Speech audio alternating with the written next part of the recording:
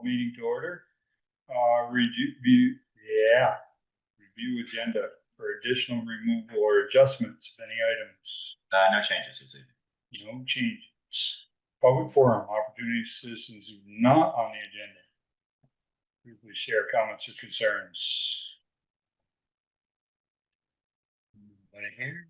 Anybody there? All right, Steve. Department head roundtable.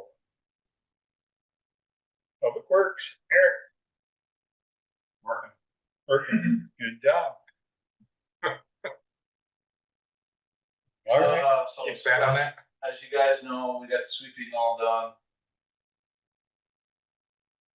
Can I ask you a question about that? Yeah. So on Front Porch Forum, there was a couple residents who had complained clouds of dust. That was not normal, right? I thought that isn't the sweeper containing all of that? I mean, there's going to be some, but there's going to be some. Okay.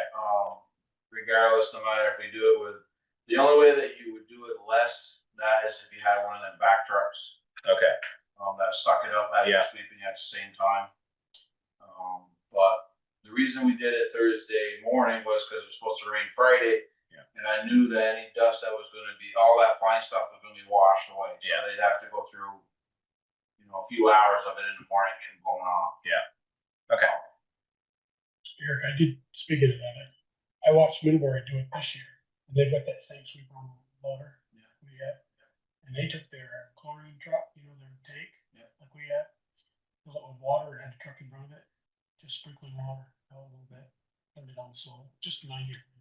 It's an idea. The problem is we found that if we get stuff too wet, it'll break the cylinders that lift the hopper up the dump. It's not rugged enough if they're wet, if it's heavy. We've already done that. Experiment. Yes. Okay. That's why we were waiting. Yeah. Because they went to dump it and they shook it and it snapped it. And it's not one of them. That's why it didn't all Maybe get done at the same time. Dump it with a half. Well, what it does is with a gutter broom, or picks up the gutter, so that side of the hopper is out full. Yeah. Then this side. That makes sense. So when you do I that, see. it twists. Let's see what else is there. Just normal routine. We did a bunch of ditching and flushing of culverts here this week.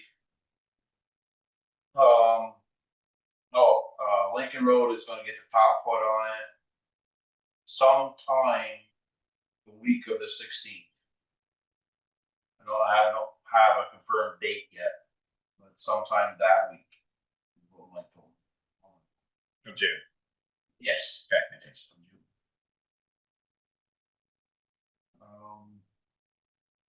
We've gone out, started our mowing, so we got the intersections done, started one pass on Mountain Road. So just, routine stuff right now. And you're going to be working with Parks and Rec, do a little bit of work down at Sycamore. We're going to do the mowing down Yeah. at Sycamore, whenever he tells me ready to go. Yeah, he was getting the plan together. You have the update for John's time to be able to do those 2 paths. But then, then he'll coordinate with you. Great. We're working on a grant up on Upper Median. We started that last week. We started it. What's it for? Ditching and stoning. Okay. Back roads. Right. Yeah. Back roads. Great. Better back rooms. Grass. Okay. Fantastic. All right. Any questions for Eric? Bruce is away this evening. Okay. Fire, Brett. Good evening. Can you hear me? You can't hear me. Yes, You can. I can hear you. Okay. We Ian, can you too. hear me? All right. Yes, we can.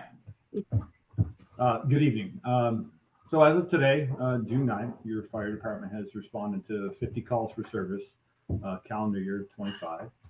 I know it's on your agenda a little bit later, but I would like to acknowledge the resignation of firefighter PJ Ryan, who had 34 years of service with our department. Last week, June 4th, the fire department, we participated in the expanded learning programs intern fair at the high school. This is a follow-up to, I think, the last time I addressed you all regarding our junior firefighter program and our cooperation with the expanded learning program. So we're looking forward to getting that moving forward. Had quite a bit of interest, so that's exciting. I have submitted to the Vermont Fire Academy Bristol's annual recertification for FY 24-25 for our annual requirements. Always pleased to say that Bristol's firefighters meet those requirements, as 24 of your 29 firefighters do hold nationally recognized certifications in various levels. Let's see what else. We have registered to participate in the annual 4th of July parade. We're planning to provide standby coverage for the annual fireworks. Just wanted to mention, I have not yet seen the form that I know Bruce, the police chief, the town administrator, and the fire chief sign annually for the fireworks. So just put that out there. I haven't seen that yet. That's hard to believe. It's only a few weeks away. Ian, do you know anything about that? I do not. It has not come across my desk. Okay. All right. Yeah, they hadn't requested road closure yet either, so. That's tonight. Hopefully we'll see that soon. Okay. Let's see. We, a small group of us, 5 or 6 of us, working group, we met with a vendor recently to go over specifications for the town's new rescue pumper, if you will. Haven't really decided on the name of it yet, but this is the vehicle that is scheduled to replace the town's 1993 mini pumper and 2001 heavy rescue unit. So more to come on that topic. I'm also very excited back to training. Officially on July 1st, we will transition from an hour-based training program to a competency and proficiency-based training program. We've been discussing this for years. A tremendous amount of work has been done behind the scenes to get this all ready, but everybody seems to be on board. It's just, you know, as I've said before, I'm sure you've heard me all say this, hours don't measure anything but time. So having a competency and proficiency-based training program, you know, will ensure that Bristol's firefighters are meeting the requirements and are trained to the level we expect them to be trained at to provide the services that Bristol's residents expect them to provide. And then lastly, I just like to say again, you've heard me talk a lot about the Conex Box training structure. It officially went online back in May 14th. We utilized it for both of our May trainings, and it is tentatively scheduled for both our June 11th and 25th trainings this month. It's just, you can't express enough how much this adds to our training program. To have a place that you can work in, you know, deploy your tools and your equipment and not worry about damaging anything. It's really exciting. And again, it's one of a kind training structure, and a big shout out to those who were involved in this and making this all happen and seeing it come to fruition. So pending any questions from you all, those are my updates. Thank you. Any questions? Yes, you're safe. Water and sewer. Jill is not on tonight, but I have an update from her. On the water side, the full water read is in process, or the full water read is in process. Please make sure the touchpads are accessible. June water bills will be mailed out later this month with the 2024 water quality report linked to the posting on the town's website. South Street will have 1-lane traffic this Wednesday, June 11th, for a water service repair. 2 meter repair tickets were completed today, and 2 new water connections were turned on with full new meter sets, touchpads, and wires. On the sewer side, June sampling is in process at both the sewer field and at select manholes. Cell 1 is scheduled for septic tank sludge pumping out on June 25th per request for the engineering inspection. Cell 2 will be scheduled in September to allow for the next financial year budget to accumulate income before the expense. And that's for water and sewer. Okay. Onward, consent agenda, unless you have anything urgent that you need to touch on? Okay.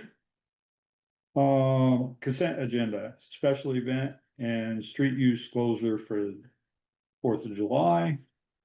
Approved curb cut application at 63 Basin Street. Approved work in the right of way. Access permit for Hillside Drive lot number 2.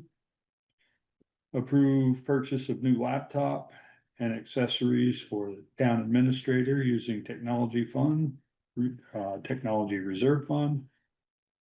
Approve update Sycamore Park quote from John Swenson. And Bristol Fire Department resignation from PJ Ryan. Entertain a motion. So moved. I'll second. Then I have questions.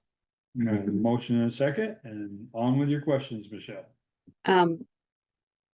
The Hillside Drive lot, Eric can answer this. This is a separate driveway from then what I think is a shared driveway up there. Is that right, Eric? Yes. Okay.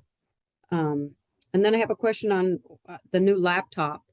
Didn't we just buy a laptop? I know it's not an Apple, but didn't we just buy a laptop for Val just before she left? Yeah. So why are we buying a Mac, which doesn't match any of the other ones that are in the office? It's what the incoming town administrator requested. Okay, so I mean, I guess if we didn't just buy one, I wouldn't have a problem, but I feel like we're spending money that's not necessary, I guess. Have we got somewhere for that other newer computer to go to replace one that might be failing? We just Or do replaced we Sharon's. want to keep it, or keep that in mind so that when one does The fail, oldest one that, in the group here, whoever department's got is move it in. Is that what you're thinking? well, I don't want it to just Right. get Sit brushed there. aside and I mean, then, like Michelle says, if somebody else has a computer that fails in 6 months, we've got this one that Yes.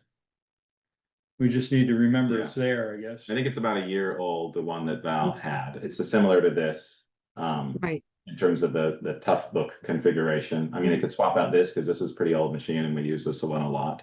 I know it struggles sometimes. But also just to have a spare one that we could hand out to people if needed, I think is a useful thing. My only concern is like we have, and I believe all the rest of them are all the same. They're all Dell laptops, and now what are we going to move everybody to the Macs or?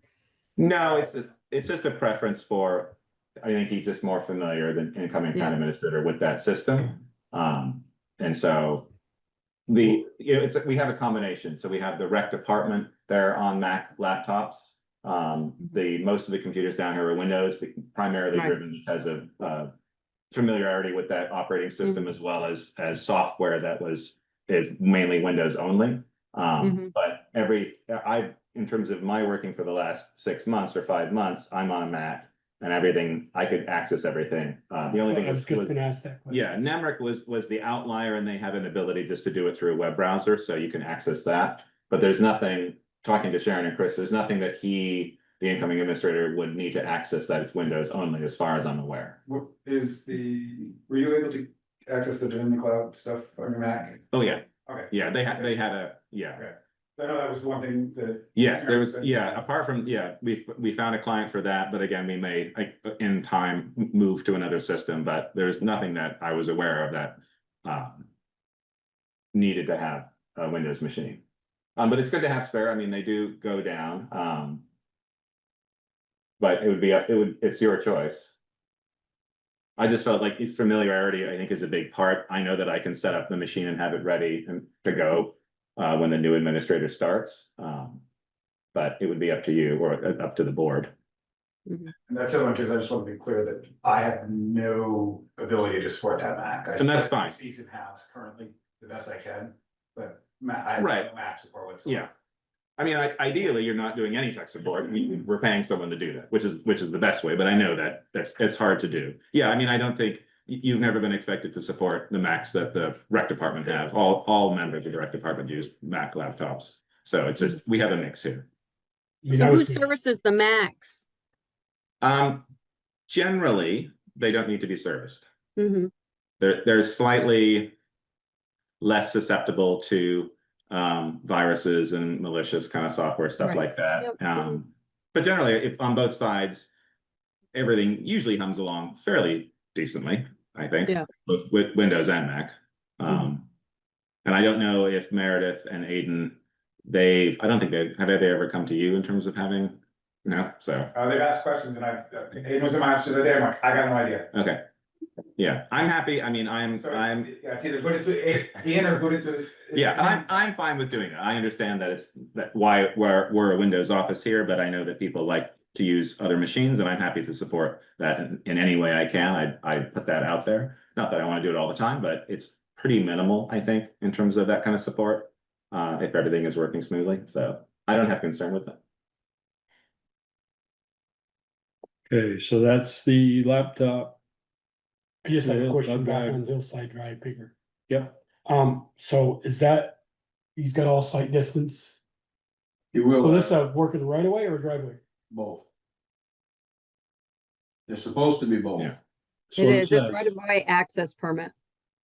Says working right away. He's got one maple that he's gotta cut down to get Yeah. the sight distance going down the hill, but going up the hill, he's got plenty. Okay. Questions on the Basin Street curb cut? Questions on road closure for the 4th of July? Yes, we have. I asked, so this is a new form that we made since we didn't really have a form before. And so, and Cecil was here at last meeting, and so I sent this to him to fill it in. I asked about the liability insurance, naming the town as additional insured. He has said that it's usually covered by the town and has been for many, many years. And so Sharon and I followed up with VLCT about that.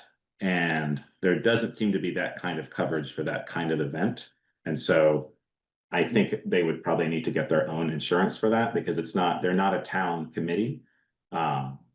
It's its own organization. So they would probably need to get insurance, which would be an additional cost to them. Which would be an additional cost to us. Right. Well, I mean, No, seriously, they're gonna add it on they're next gonna year. add it on next year if they can't, I right. mean, I mean, obviously that organization has an appropriation, as many Right. do. And so it's only that appropriation is only a small amount of their budget, especially given the cost of fireworks nowadays. Ian, VLCT can't do any kind of rider for them? I mean, because there was somebody else that they got the insurance through VLCT, through the town, but it was like a separate sub policy. Now I can't remember who it was. I don't know if it's VLCT, but Core would purchase separate insurance through a group, and it had special pricing. The town was in there, and it's a certain area of the town, which is the main downtown area, and you could select that and then pay. You type in how many people would come to the event, and then you'd have insurance for that. And I think for Pocock, it's like 300 or 400, I think. Mhm. But I don't know if VLCT offers anything. Well, they have the TULIP program. Right, so that's what it is. Okay, Yeah. yeah. TULIP program. Okay. where You can go in and get a 1 day, So 4 hour. Would So they we be could able either- to do that? they Sharon? can do that, or we can do that. We would have to make a choice what we wanted to do.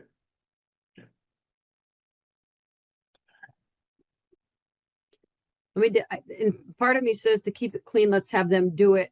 And they're just gonna ask for the money in their appropriation later if it's too much.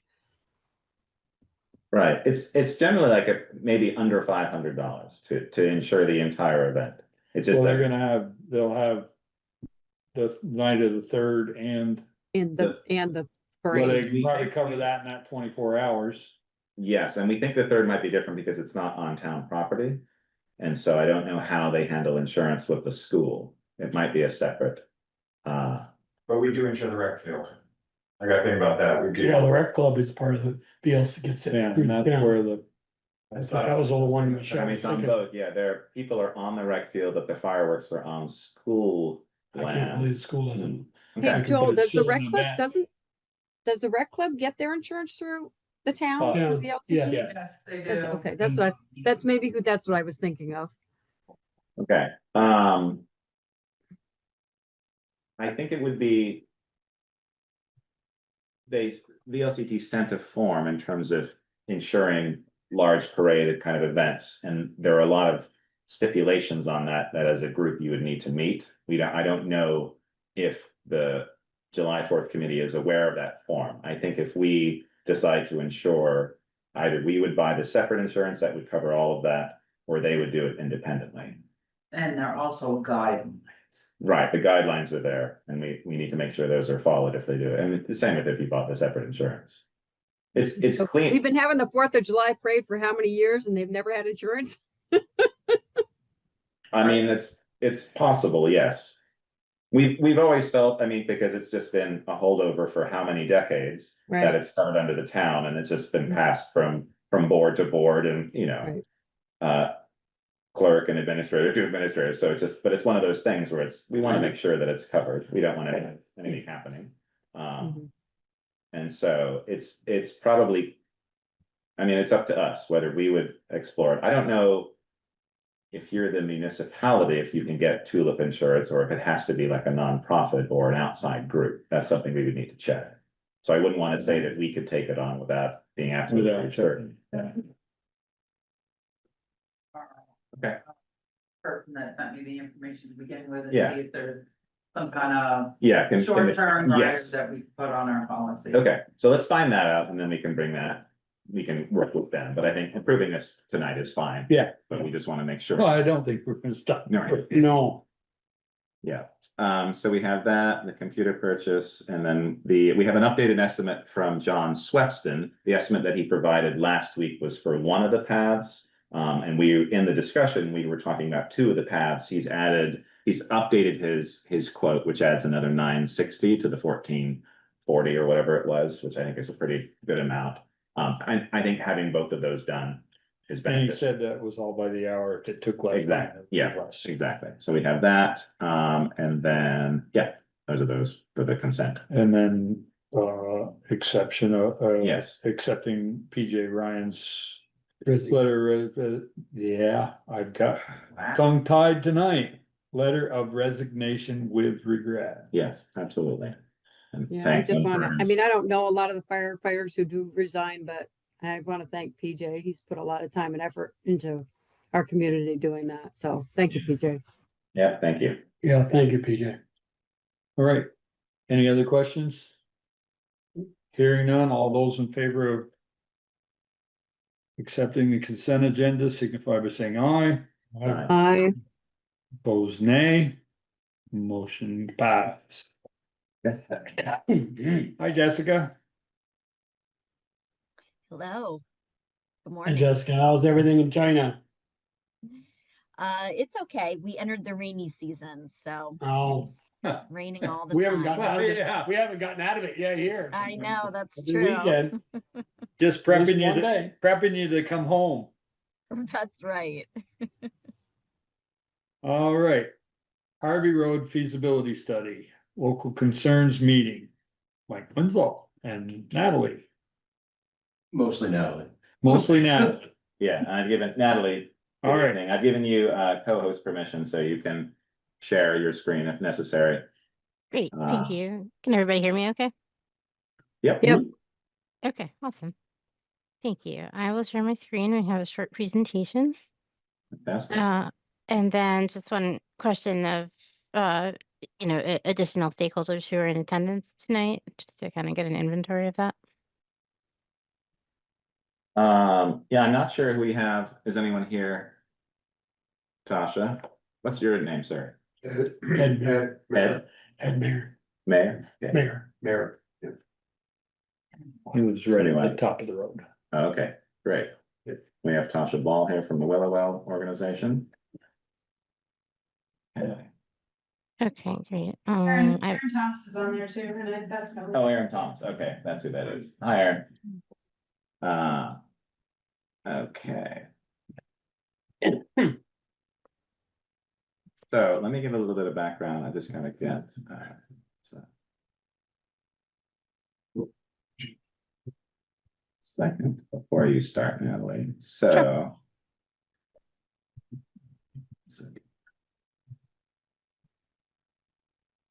Yeah. Getting there.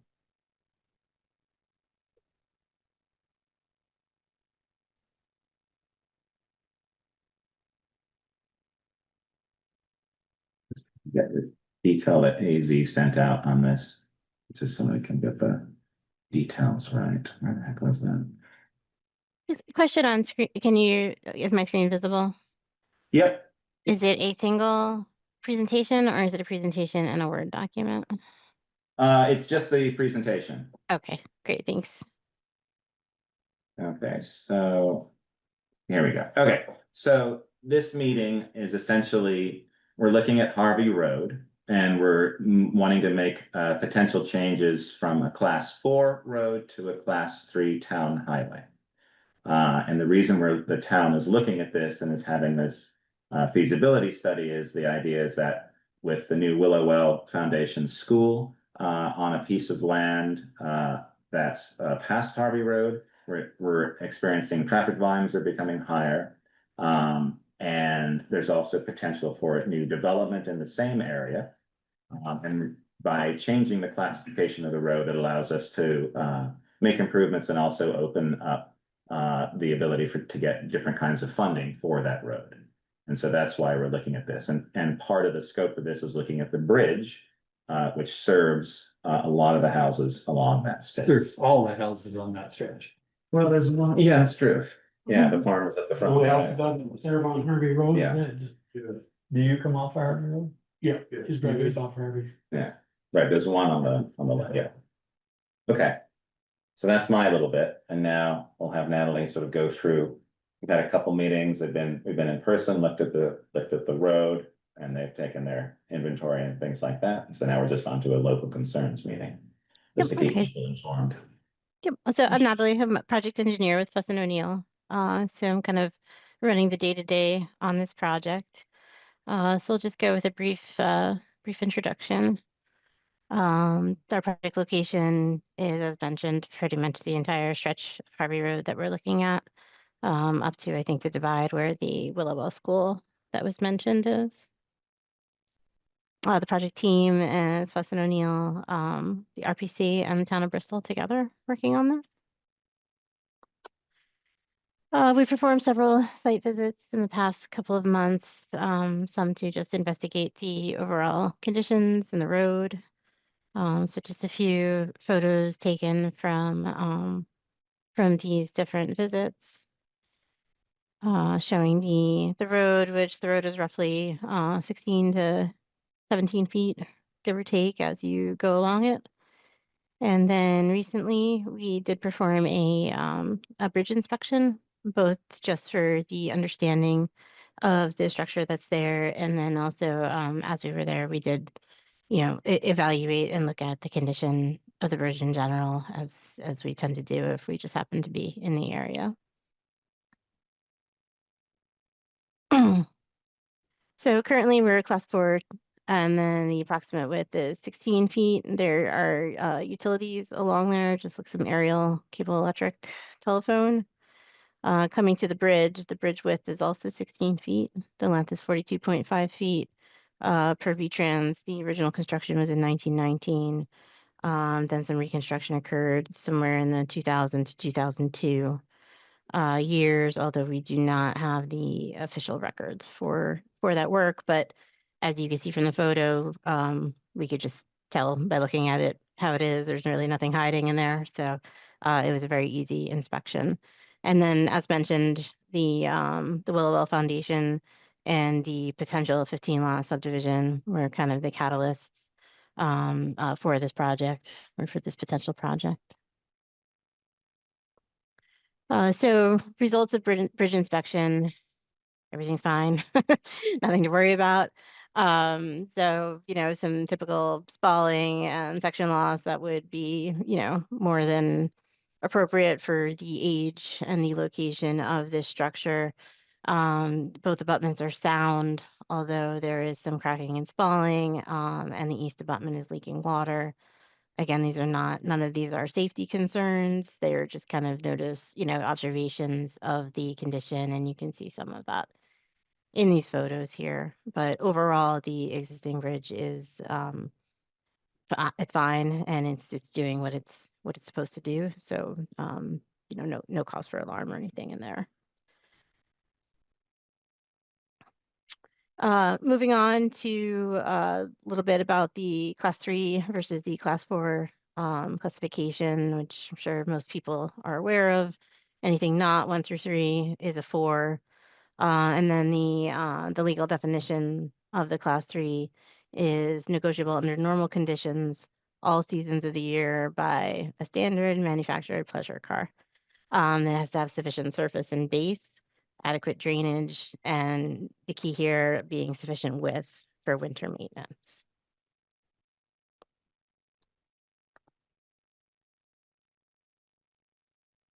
So we are right now, this meeting is the last of a series of exercises that we've done to collect existing information. So moving out of this meeting, collecting any additional information that we receive tonight or receive in follow-up, we will be moving forward with development of alternatives. And in terms of what we're looking at kind of on a general scale, for the class 3, I think we would want to see a wider roadway, comfortable, 2 vehicles passing each other without having to pull over or anything like that. That will require, long-term utility relocation in some of the spots where the poles are quite close to the road. And then we would be looking at, potential surface upgrades, minor geometry improvements, anything along that line for the roadway. Obviously, the bigger component is the bridge. And so based on our observation and evaluation, this is not eligible for rehabilitation or superstructure replacement. The abutments kind of just fit what's there, and we would be looking at a larger superstructure in a proposed condition. So that's going to warrant a full replacement of the structure. The bridge width could be 1 lane, it could be 2 lanes. Again, it's that passable with the winter maintenance vehicle. That's really the critical element towards the definition of the class 3. And then one thing that I think we're going to look at, which is going to be a great benefit, is that over time, Little Notch Brook has definitely migrated, which is a fancy way of saying it's slightly changed its path. And the one abutment is basically taking direct flow on now. It's kind of in the water. So we would be looking at the ability with a replacement to realign the abutments to better match the current stream configuration. And then in that case, reducing the potential scour erosion type situation that it is present today, not in any serious nature. But the other thing is we do not know what the substructure is underneath the abutment. We don't know if it's spread footings. We don't know how deep they are. That information is just not known. So obviously putting a large new superstructure on top of that is not recommended. Natalie, can I ask a question? The current bridge, do you know what the weight limit is? And then I'm just thinking, if the development, you got 15 lots out there, they're going to be bringing in, wood and that from wood supplies. Is it going to be able to handle that increase currently? Because we don't have any information on the upgrades that were performed in the, previously in the roughly around the year 2000, we couldn't do any kind of load rating on the bridge. And again, also not knowing, what's below the abutment. I believe based on the information out there that those upgrades, which happened at the time, were to facilitate moving materials across that bridge for some other homes which were constructed.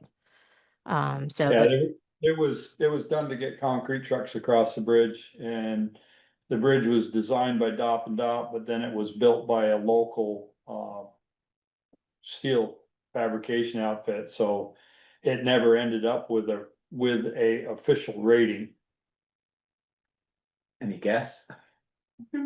I'm assuming that it's gotta be right around 100,000 if they were running concrete trucks across it, if that's the reason for it. So our fire trucks can go over it? They have, Yeah, I our plow know. trucks go over it. Yeah, Yeah. tandem truck loader goes across it with a plow, so. Do we, And I know that, you know, when Aaron did the development up there, there were hundreds of loads of material that went across that bridge, so I don't think there's any fears of it ending up in the river. do we know who owns the bridge? Aaron's father built it. I don't know, Right. and then I think he gave it to us. Did we ever But we, accept it? we don't own the whole, I mean, I was just looking at the picture that Natalie put up. Are we planning on upgrading the whole road to the Willow Well, or are we just talking to our section that we own? Just our section to the top of the hill. Down to the bridge? So the No, project area One she, 16, go down across the Is it- bridge, then go up the other side, just as you get to, just about to the crest of the hill, that's where ours ends. so Up this where whole that- up project where that- area, That this whole Y project is? area she has, is Yeah. that too far down? Or is that right? That's That's right. right. Yeah, Up that's to- where, up to that's here, where up our, to this. that's where our road ends. Okay. Yeah, I'm gonna tell my age here a little bit, but when I was dating my wife 45 years ago, her sister lived at that A-frame right at the hill, right at the end of the bridge. Yep. And that was a little rinky Yep. one-lane bridge. Yep. And that was, you guys picked the plow up and plowed past the driveway and, well, you plowed to the bridge and buffed the thing and then either backed out or. Well, the single one-ton went across. to the- Yeah, the one ton went across, I used to plow that. Yeah, Yeah. and then you turned around just beyond her driveway. And now everything, so that's, so that was where I think class 4 ended, right, just past her. No, driveway. class 4 went all the way, that's all we maintained. That's Oh, you maintain. Yeah, So it's still class 4 up to the Yeah. project area, yes. okay. So is it still class 4 all the way through? Because people have bought on the other end, that used to connect to Carlson. Carlson Road, yes. I don't know if it is all the way through or if it's There's- down.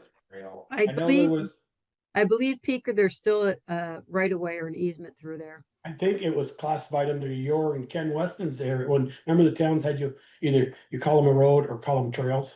no, we, Thought you abandoned that after it turned and went towards Harvey Road, I thought you guys not abandoned it, just called it a trail. That would have to be some research. I can tell you the Greg Forest Trust sold that property and I believe there's still an easement in there, but I don't really remember off the top of my head. cause I know when the people built on the end of, on the corner on Carlson Road, they were worried about it. And I believe we told them that wasn't ever going back in. That doesn't mean we still don't have a right of way. Yeah, well. I mean, going back in as a town project, but it could go as a private owner who owns that road. Not if we have the right of way and nobody else does. Right. It's not listed on the V-Trans highway matches map as either class 4 or a legal trail. It just goes Yeah, see, 1 miles from 116 and that's it. yeah, I think everything that wasn't being traveled, we let go.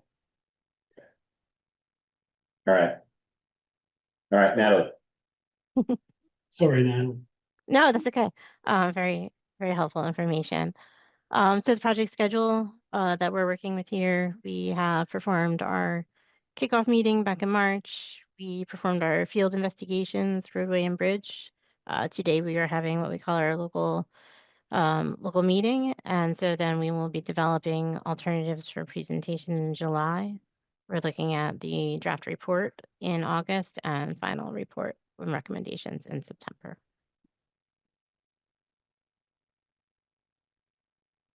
Okay, and that's all that I really have. As I said, this is kind of a fact-finding follow-up for me.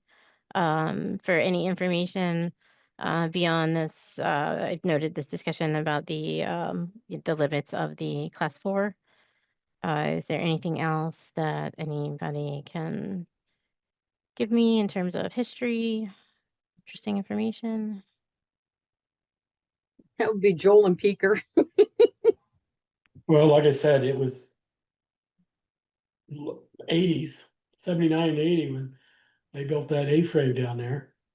Was her I'll say her boyfriend or significant other, but they were never married, had 2 kids together, boys, and their parents, his parents owned that piece of land and they built an A-frame down there but her car burned in the 80s and we never put a fire truck across that, old bridge. Yeah. We said that car ain't worth that fire truck going in the pond. I'm not saying the new bridge is, Oh, we've been across. you've been across the new one. With the tanker. With a tanker, yeah. Yeah. So there was one of the slides that had the question of whether it's a 1 or 2 lane bridge, and I know that Eric, we've spoken about your suggestion having it be a 2 lane. That's what we'd like. That's what I would prefer. Do we want an alternate with 1 lane or prefer not to look at that? I mean, the only thing with a 1 lane is you're gonna have to sign it and then either. Or put lights up. To control the traffic, which who goes when, Yeah, one way or the other. And then my only concern is with the more traffic, with the more development that goes down there. Hopefully everybody will get along and they'll let each one go through, but if you get one person that I'm not stopping and, and. Yeah. That's why I would like just a 2 lane bridge. Okay. Or a multi-plate or something. Okay. So So then you have to worry about easements or purchasing additional property for that. Because I don't remember, I mean, I know Aaron's dad and somebody else owned this initially and they did some flip-flopping for the roadway because they moved it at one point. Is there concerns about we having to buy additional property or getting rights of way or whatever? I guess I'll ask the elephant in the room question here. Well, hold on. Natalie, do you have a comment on that in terms of additional? I just noted it for something for us to look into as an Okay, additional super. concern. I mean, the main, roadway, I would say definitely not, but if there's anything interesting with the right of way by the bridge, then, we would have to look into that a little more. I mean, maybe it's best to do both.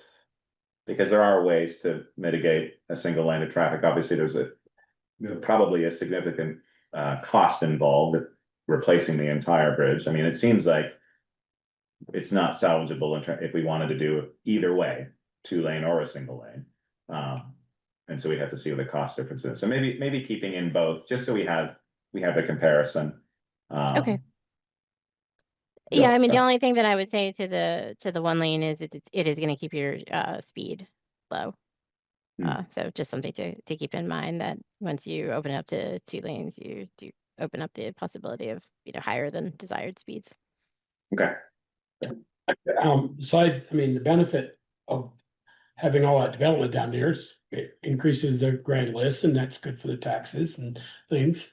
But what is the benefit for the town making this from a class 4 if we turn this into a class 3 road?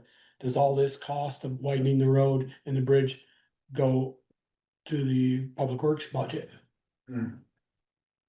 I mean, it would be similar to what it is now, that there would be increased costs more than likely. No, to do all the work, to widen it out, ditch it, and does that increase? Who's gonna pay for the infrastructure? Who's gonna pay for this infrastructure? The idea is that we open up for bigger pots of money available for a class 3 versus a class 4.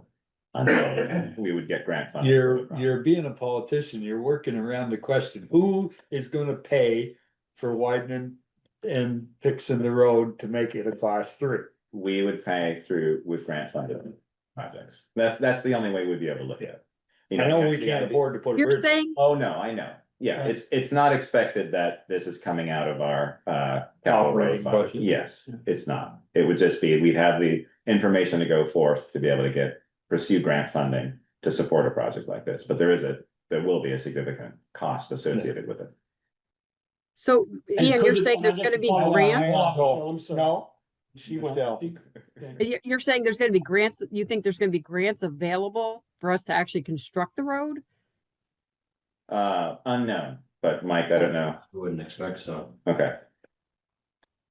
So, could this development and the school go and do their projects on a class 4 road.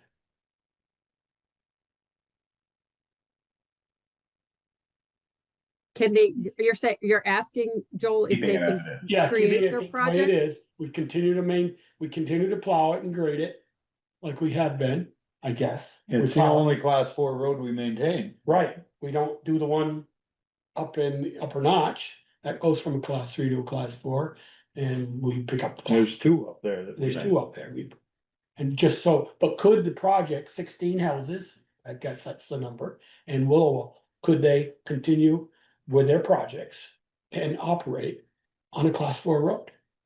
More than likely, yes. I was gonna say, the state didn't require them to upgrade the road, so they got their permits. On top of that is you'd be getting state aided money if it was class 3. We couldn't get enough Well, state you don't aid get- money in 100 years to pay what the infrastructure will cost and move it to a No, class it's- 3, I don't think. I'm just saying that. Well, a lot of that stuff we can do in-house. The biggest thing that we can't do would be, like Peter said, it's gonna be the bridge. That'd be the biggest cost, but as far as the banks, the ditching, the graveling. You know, we can do all that in-house. But yeah, I mean, the bridge is gonna be the biggest expense on that whole project. That was just a thought. So that's why we're doing the study to see if it would be Yeah. feasible enough to do it or not. Yeah, we're not committing, you know, this is just a study, we're not committing to No, anything. I understand. But it gives us more information going forward. But if we did all that and we could do it in-house, and that's great, and you really cut the cost down and very little money or some money, gravel and things and culverts. And then say, okay, we've made it a class 3 with the exception of the bridge. Or they say, oh, you made it a class 3, now you're taking ownership of the bridge and when it needs to be replaced, the taxpayer. Well, we have to anyway. If we make it a class 3. No, Yeah. we're liable for Yeah. bridges and culverts on class 4 roads. Yeah. So that bridge, Okay, Yeah. we have to maintain stuff down okay, I there didn't know that, thank you, Yeah. that, with no money from the state. Yeah, so it is that we'd be getting some, right, and potentially grant funded, so, Well, I know. for the bridge, you might be able to get a structures grant, you can get little pieces of that. Yeah. But for the road upgrades themselves, Right. that's. no, That would be something that we'd have to budget a little bit year by year. Yeah. Do little sections, you know, yeah. if you guys even wanted to do it. Right. So this is, yes, like Ian said, this is just a feasible study to see if it's something worth pursuing. Yeah. And also, you seem to be great at finding bridges and stuff like that, so we're relying on you to. can't find one that side. So Natalie, this will basically give us a plan when you're all done. Yeah, I'd like to see her.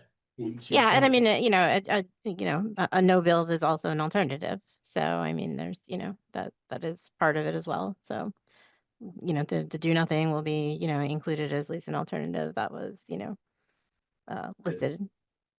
They were asked, what would it take to make it, to go from class 4 to class 3? Oh. It's still up to you to decide whether that's worth doing. And I know, well, I passed 2 of them in New Haven when I drive school bus. On a class 3 road with 1-lane bridges. And it's okay, you were there first, go. Yeah. So to speak, it was the HN. Yeah, I mean, Dorset Street's got a 1-lane bridge on it. yeah, Yeah. Yeah, but it'll be our choice, but at least we'll have a clear idea of what it might cost. Right, and I think Yeah. the formal And he- process is internal to the town as well, the actual formal designation. And the 2 bridges in New Haven don't have signs and don't have a red light and, Yeah. You can see HN and go ahead. Okay. Anything else on our end here for Natalie?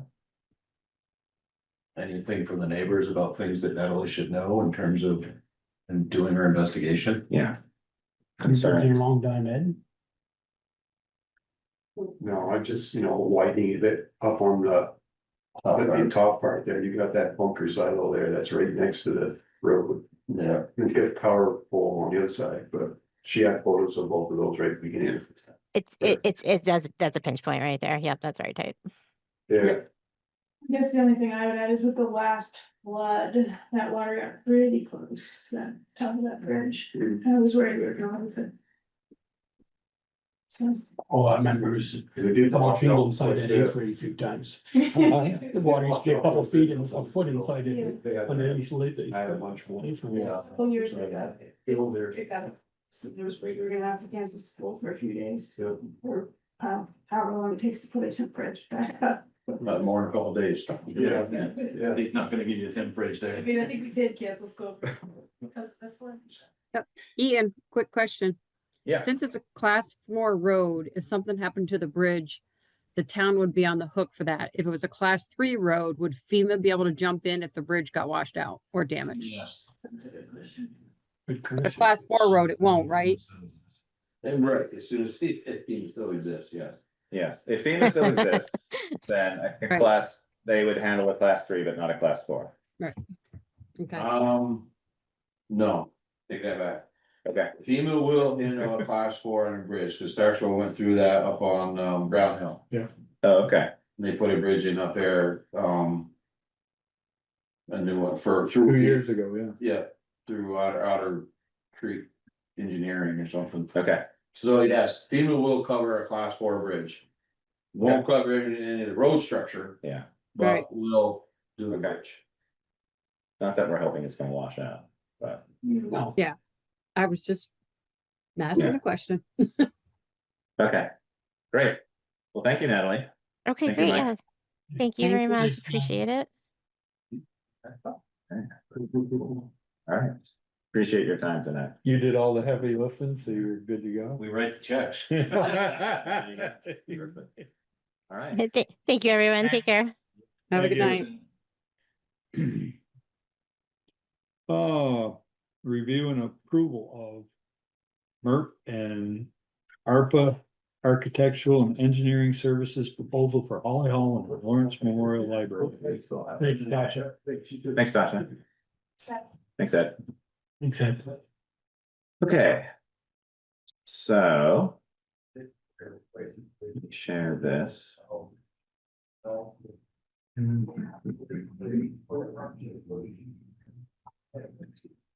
Okay. So we have these two projects, which is our capital building projects. We have the MERP one, which is associated with Holly Hall renovation work and energy efficiency improvements. And then we also have, at the same time, we received a grant, ARPA-based grant for the Lawrence Memorial Library.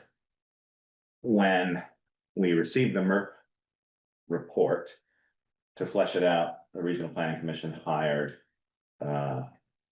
Vermont Integrated Architecture to sort of flesh out that report to get more usable numbers than what the MERP report could provide. So VIA worked with Bristol for a few weeks with Asher Nelson as our lead and contact person, and they gave us a couple of options of what it might look like for Holly Hall's renovation. Those were like a $500,000 option and a $575,000 option. And that was, we picked the one that was essentially gutting all of the insides of the building, put in new insulation, things like that. So the next point was sort of on Asher's suggestion was sort of maybe reaching out, and not maybe, but we did reach out to design build firms. We reached out to 4 of them to see if they would take on the project as a whole and include the Memorial Library in there as well. So pitching it like $1 million project. It's about, we got 543 for the library, and we knew that was 475 for the Holly Hall. $1 million project. Unfortunately, we weren't successful in engaging a design build firm. So we went back to Asher to see if VIA had availability with this, because they had familiarity with the project already being on through the Regional Planning Commission and the work that they've done themselves as an agency or an architecture firm with buildings of this nature, not just new buildings, but older buildings and renovations. We felt that they were a very good fit. They had availability in their schedule. They spent a few weeks sort of working on this, and they revised their report that they had done for us. The report they did, I have to say, was very good, but it was very quick. They only had a few weeks to put this together.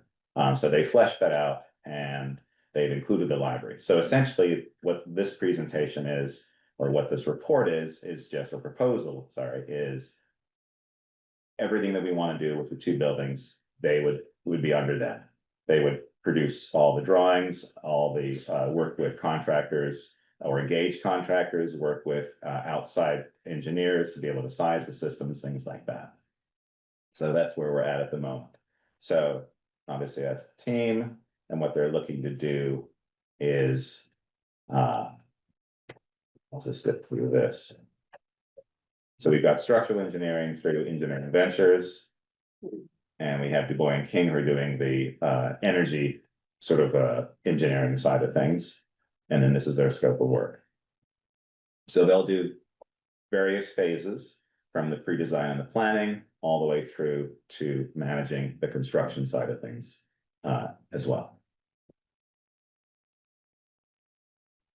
So this was sent in the packet, so hopefully folks have had a look at it. We've sent this to a bunch of different people, both members of the Energy Committee, the town staff here, for people to have a look at. We got a few comments back and forth that we sent to them. They answered those questions.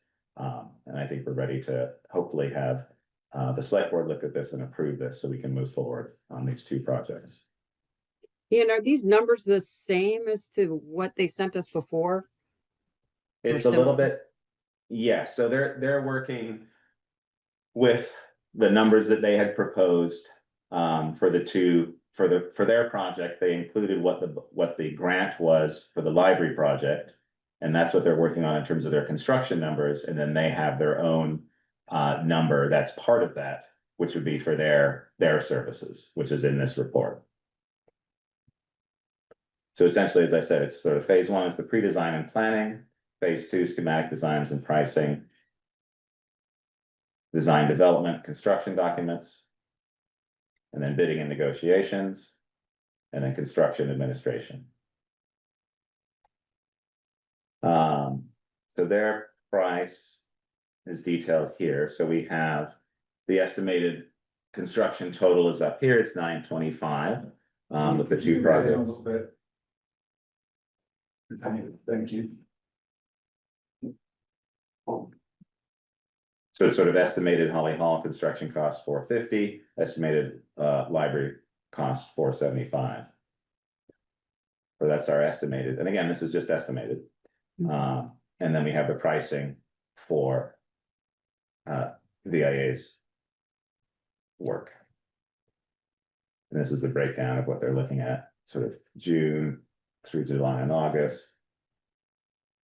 So I guess my question is there numbers figured into that project cost?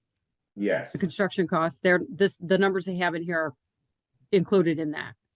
Yes, but that's not to say that those numbers aren't going to change. Right. No, I understand. I expect they will. Mm-hmm. But that's the estimate, and what they're presenting is sort of, and again, it's like their cost is just an estimated. So their total proposed fee is 118. So it's 12.8% of their 925 construction cost. So total 118 for both Holly Hall and the library. Correct. Yes. Yeah, their original cost was, can't remember exactly what it was. I think it was in the I think it was 86,000. That was what their cost was for Holly Hall. So it's 118 now, incorporating the library to that. There are a lot of similarities with the two projects, especially the systems design. So having the engineering side where you can engage to subcontractors to rewrite the whole book. Exactly. They move up the street. Yeah, there's more construction work for this building than there is the library. There is some construction of the library, but there's also other elements like outside of the library, things like that, which is different from here. A lot of it's mostly internal for Holly Hall. We didn't, because of timing and because of familiarity, we didn't put this out to bid, publicly. We sort of kept it internal and wanted to engage VIA just because we'd worked with them for the regional planning and they had a very good understanding of the project. And because we were sort of unsuccessful with engaging a design build firm, we thought this was a better way to be able to move this forward. Our deadline for these, because both grants are ARPA money based, is the end of December of next year. The idea and the plan all along was after town meeting next year, 2026, it would be a 6-month construction for Holly Hall, and we would apply the same for the library as well. And that's not to say you couldn't do elements sooner than that, depending on what they develop for the systems and things. The way construction goes, you think 6 months is enough? Why no? That's it too. So there is some wiggle room potentially with the MERP money, being able to sort of have not everything completed in time, but be able to have Pay that that money still upfront available. money, use up the ARPA money first. Potentially, yes. Or I'm do you not, have to be done? yeah. I'm not sure about the library money. It is the same pool of money, it's just different organizations handling that, so we could find out about that.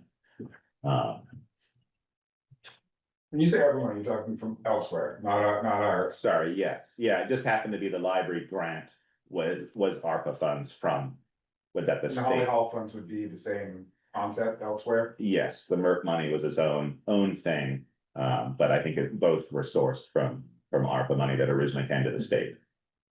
Yeah, that was through BGS, the MERP. Yes. So that's where we're at. I think they're a very good fit.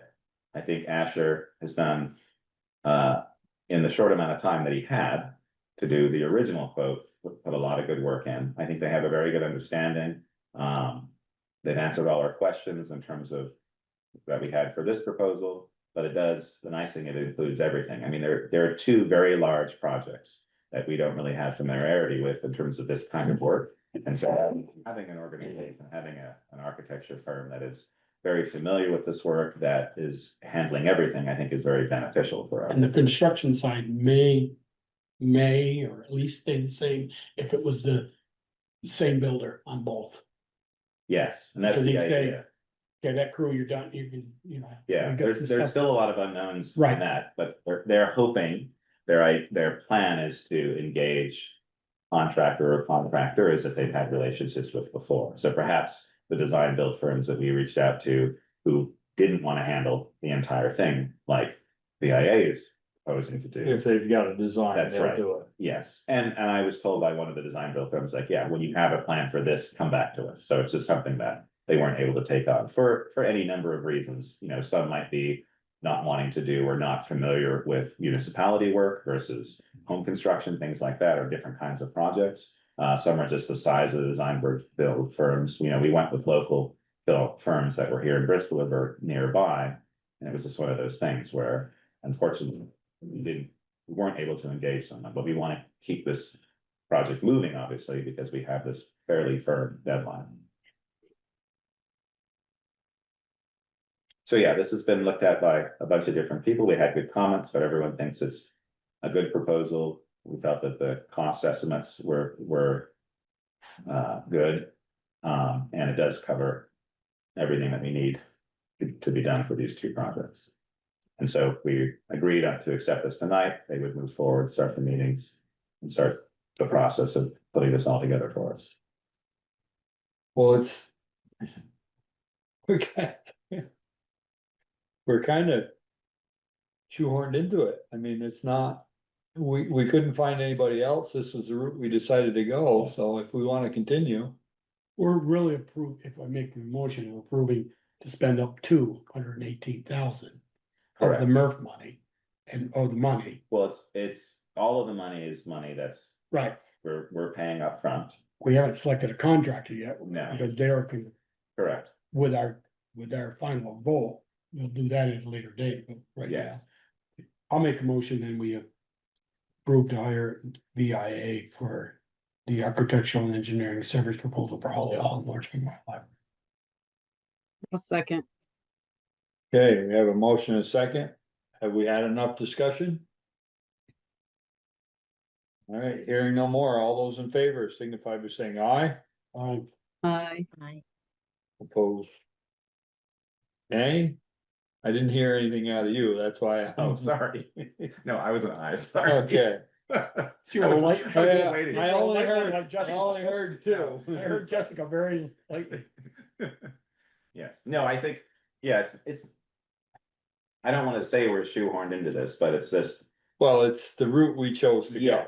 Yes, I mean, we felt that the energy committee and the other people that are part of this sort of internal committee looking at this felt that this was the best way to go. It's one of those things too, where the MERF project went to lots of different towns, so we also have all that competition as well. And so to be able to lock down a local architecture firm that can handle a huge Yeah. portion of this, I think is very beneficial. You know, I'm sure we're still gonna be fighting over contractors when it comes to that point, but I'm hoping that we'll be successful with this. All right, we're moving on. Okay, thank you. Review and selection of an engineering firm for. Thanks, Mike. See you next. Mountain Street Stormwater Improvement Scope and Study. Okay. So. This has been on the docket for quite a while. We got the grant in.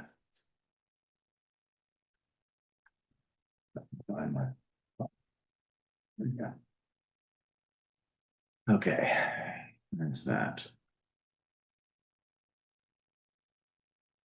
We got the grant in November of 2023. We need to use it by the end of this year. So, and it just, for whatever reason, never rose to the top. So I talked to Frida about it and we got it together to send an RFP out. So essentially, it's stormwater improvements for Mountain Street in various ways. We've had multiple instances of flooding at the school location, and we're just trying to get an idea of what to do and what we need to have done there. So we created an RFP. We have project completion is November of 2025. We had 5 submissions, which was nice. So that whoever we pick tonight and we have a recommendation, they'd work with the town, public works foreman throughout the study, and we'd be looking at enlarging the intake opening, improving hillside ditching, installing additional foot catch basins to manage overflow, and then enlarging the culvert. So it's a fairly simple study. Am I the under impression, was it 2008 Picker, we did the big dig from Mountain Street all the way down to the South Street, right, with the 4-foot culvert? So that is not going to be replaced, right? It's just the, up there at the intake, so to speak, the mechanism is just working when all that stuff comes off the mountain with debris, it gets caught in there. Yeah. But is that what we're? Yes, I drawing the mean, whole? you want to add a little bit to. And then is there gonna be a clean out down the street a little further? Is that for the logs or the crap that gets in Well, that's that? what the catch basins are for. Okay, And as I had Cy suck them out last year. There's 3 catch basins up there. is big that ones. one by Spring Street I see? Yep. Top of, or bottom of Spring Street, I see one in a row. Well, there's one there, but we do the ones up by Mountain Street, by East Dragway. Yep, And then there's another one just down the road from it. by Vernon Norris's old. Yep, and then the one across the road All right, on that one there. So them 3 there, we cleaned them out last year. And they had probably 3 feet of stuff in them that we cleaned out, and there were some, on the first one, of course, where it catches most of your big rocks. I mean, there were some rocks in there like that. yeah. That- So this is what we're gonna redo by winter time of 25. Well, this is what the We want- study is gonna show us is what to do, so I don't have to leave that grate. Cause the only reason that thing hasn't plugged up lately is cause I leave that grate up. I don't put it down anymore to block the entrance. But all that If there's- stuff that flows through. Right, it flows through and catches into that catch basin. Hence the name, catch bases. So then I have sidewall or V-thumbs go up and clean it out. So this design is just to design something new to replace this, I won't Correct. call it antiquated. Again, it's a feasibility study to see what is Well, possible there. And then we'd have to go for money to, when they come up with a price, would they come up with a? Yes, Okay, yeah, what they would deliver would have all. So who are they? So we have included in your packet, we received 5. We had Du Bois and King. And we had MSK Engineers, Sanborn Head, SLR Mount Engineering, and then VHB. And what's the recommendation? The recommendation would be SLR. So Frida and AZ and myself, we met last Friday and we looked through each of the proposals and we scored them. And our top one for all of us was the SLR. Where are they from? They're out of Waterbury. And and both AZ and Frida were very familiar with them and said they did very good work. What's their track record? Were they the cheapest one, Ian? I mean, because there were was a not. big difference between one of them and all the rest of them. Correct. They were not the cheapest one. They Okay. were the third cheapest. Okay, The first or the cheapest was MSK. So Okay. we had a budget. Well, we have a budget of 50,000. There's a certain percentage, which is the town contribution. Most went up to that 50,000. Some were 49.5, some were 46. MSK, for some reason, was 20. yeah, that kind of threw So me it off. was, and it threw us off too. We looked through it. It was a fairly decent report. It didn't score the lowest, but didn't score the highest. We did have concerns that given the amount that perhaps they didn't have a full understanding of the project. And we were concerned, even though they were the lowest, that we wouldn't get a full report from them. You know, I spoke to Eric about it, just sort of asking like, are we okay with just sort of a less detailed report, or do we need something that's more detailed? And it seemed like we want something.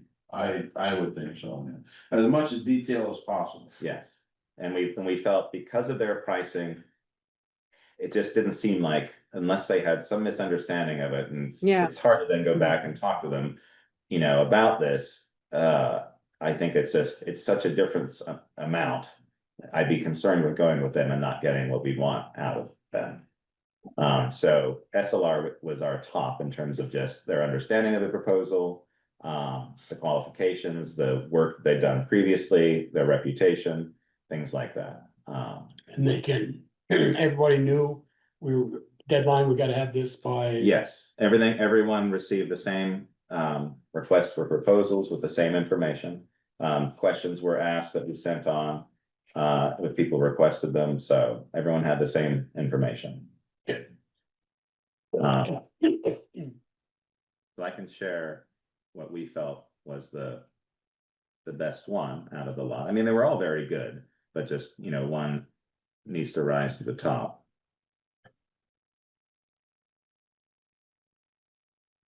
Well, you guys done your due diligence, you and Frida. Yeah, you know, it's a score out of 100, and the point Eric, you're system fine is. with that too? I mean, you looked. Yeah, I looked through them today. Yeah, the point system's there out of the 100, so for myself, it was 95 for SLR, 86 from AZ, and 97 from Frida. And that was the sort of the top, the weighted of all of them. And Eric told me to. So, you know, these folks it was a very good proposal, lots of detail. You could tell that they visited the site and took the time to really have sort of a very good understanding of what was needed. Yeah, I like actually, when I read through it, I liked the proposal. They had pictures of the actual Yes, site, they had detailed information, Yeah. like Ian said, and it was good. I yeah, mean, that has always been a problem. yeah. A Yeah, lot of water comes off they that. just had a tremendous amount of detail. And so we felt like their understanding of the project was higher than everybody's. So their total sum is the 46,900 out of the 50,000 budget. And our it's a 20% match, so it'll be 20% of that. Our match will be 20% of that. Correct. That's what the grant match is, yes. I make a motion that we go with the firm SLR recommended by the committee. I'll second. So motion and a second for SLR to do the scoping study for Mountain Street. Any further discussion? Hearing none, all those in favor signify by saying aye. Aye. Aye. Opposed, nay. Motion carried. Terrific, thank you. And we'll have, for next meeting, we'll have another scoping study for the board to look at, which would be for the West Street sidewalk. We're gonna have the town all scoped out. We don't have no money to spend, but we're gonna have it all. We're making All right. plans. Yes. Well, you have to have a plan to move ahead, so. Discussion on townwide police expansion. So we have made a decision, you know, it's been discussed at many a town meeting and internally here, and as well as at select board meetings, in terms of how do we create a narrative to ask the question, should the town be go townwide in terms of the police department? We've had committees sort of raise the questions, and answers came from that. There's still a lot of people, both residents of the town are sort of that are asking the question of us, so we decided that we would just put the question on the agenda for next year for town meeting. We didn't decide. Well, The public decided for us. right, Mm-hmm. right, We had intended to be there, but they said Yeah. we will be there. yes, it's true. So we need to give guidance. We have an intern that'll be working with us over a number of months that will be working on this project, or at least we've put them on the project to be able to get as much data as possible to be able to help us create the narrative. And the narrative is just sort of an explanation of why we're doing this and why we think it's a positive thing for the town. Obviously, it has implications for both residents that are in the district and outside the district. But we want to sort of present as much information as possible. So this discussion tonight is sort of to just ask us and ask people who are attending this meeting, sort of what's needed in terms of the data. So Bruce can go forward. You know, it's not coming from the police department. It's coming from the It's town. gonna come from us. Correct. The data needs to come from the police department. Yes. And some data won't, and some data will. It's what we want, but we need some sort of direction for them. So as far as the study, I think we need to know call volume. Yeah, Call volume and probably nature of call would be. Severity of the call, yes. Well, just the nature of the call, because we're gonna wanna show what by nature of the call dictates whether VSP is gonna respond. Yeah. And, Yeah. So the nature of the call, if Bruce goes to them, would show that the residents are getting better service than from VSP because of, like Peter said, the nature of the call.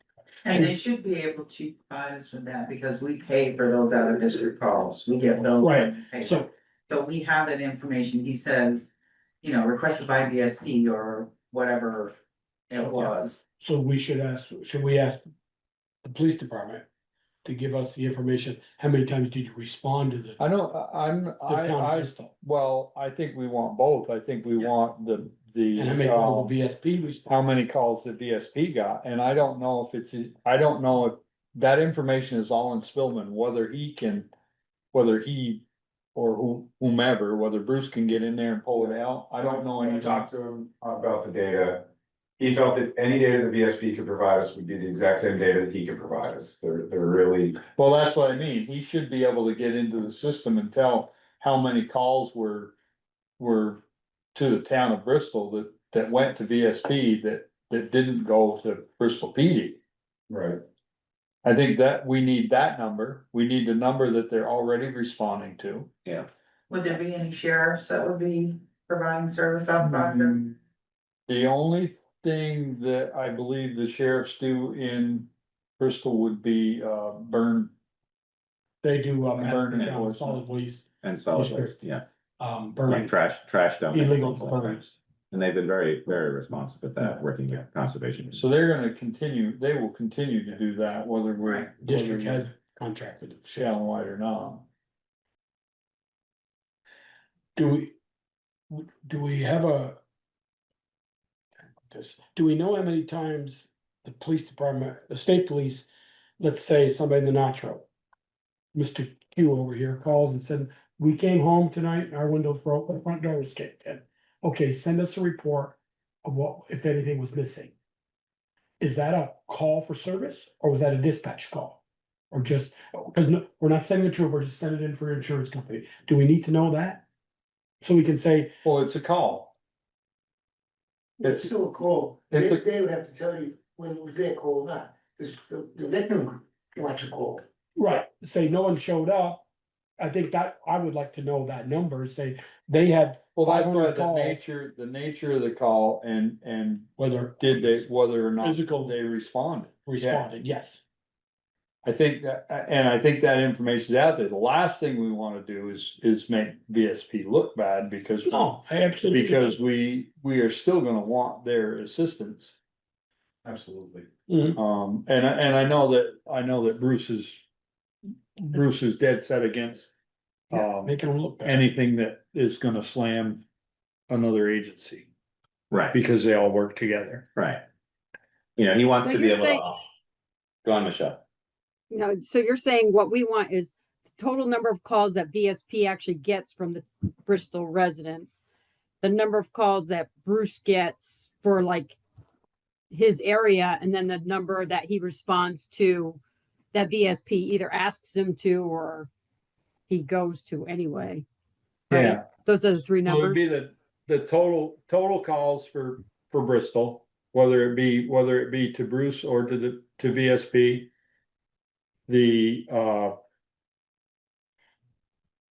Well, he should have two different numbers.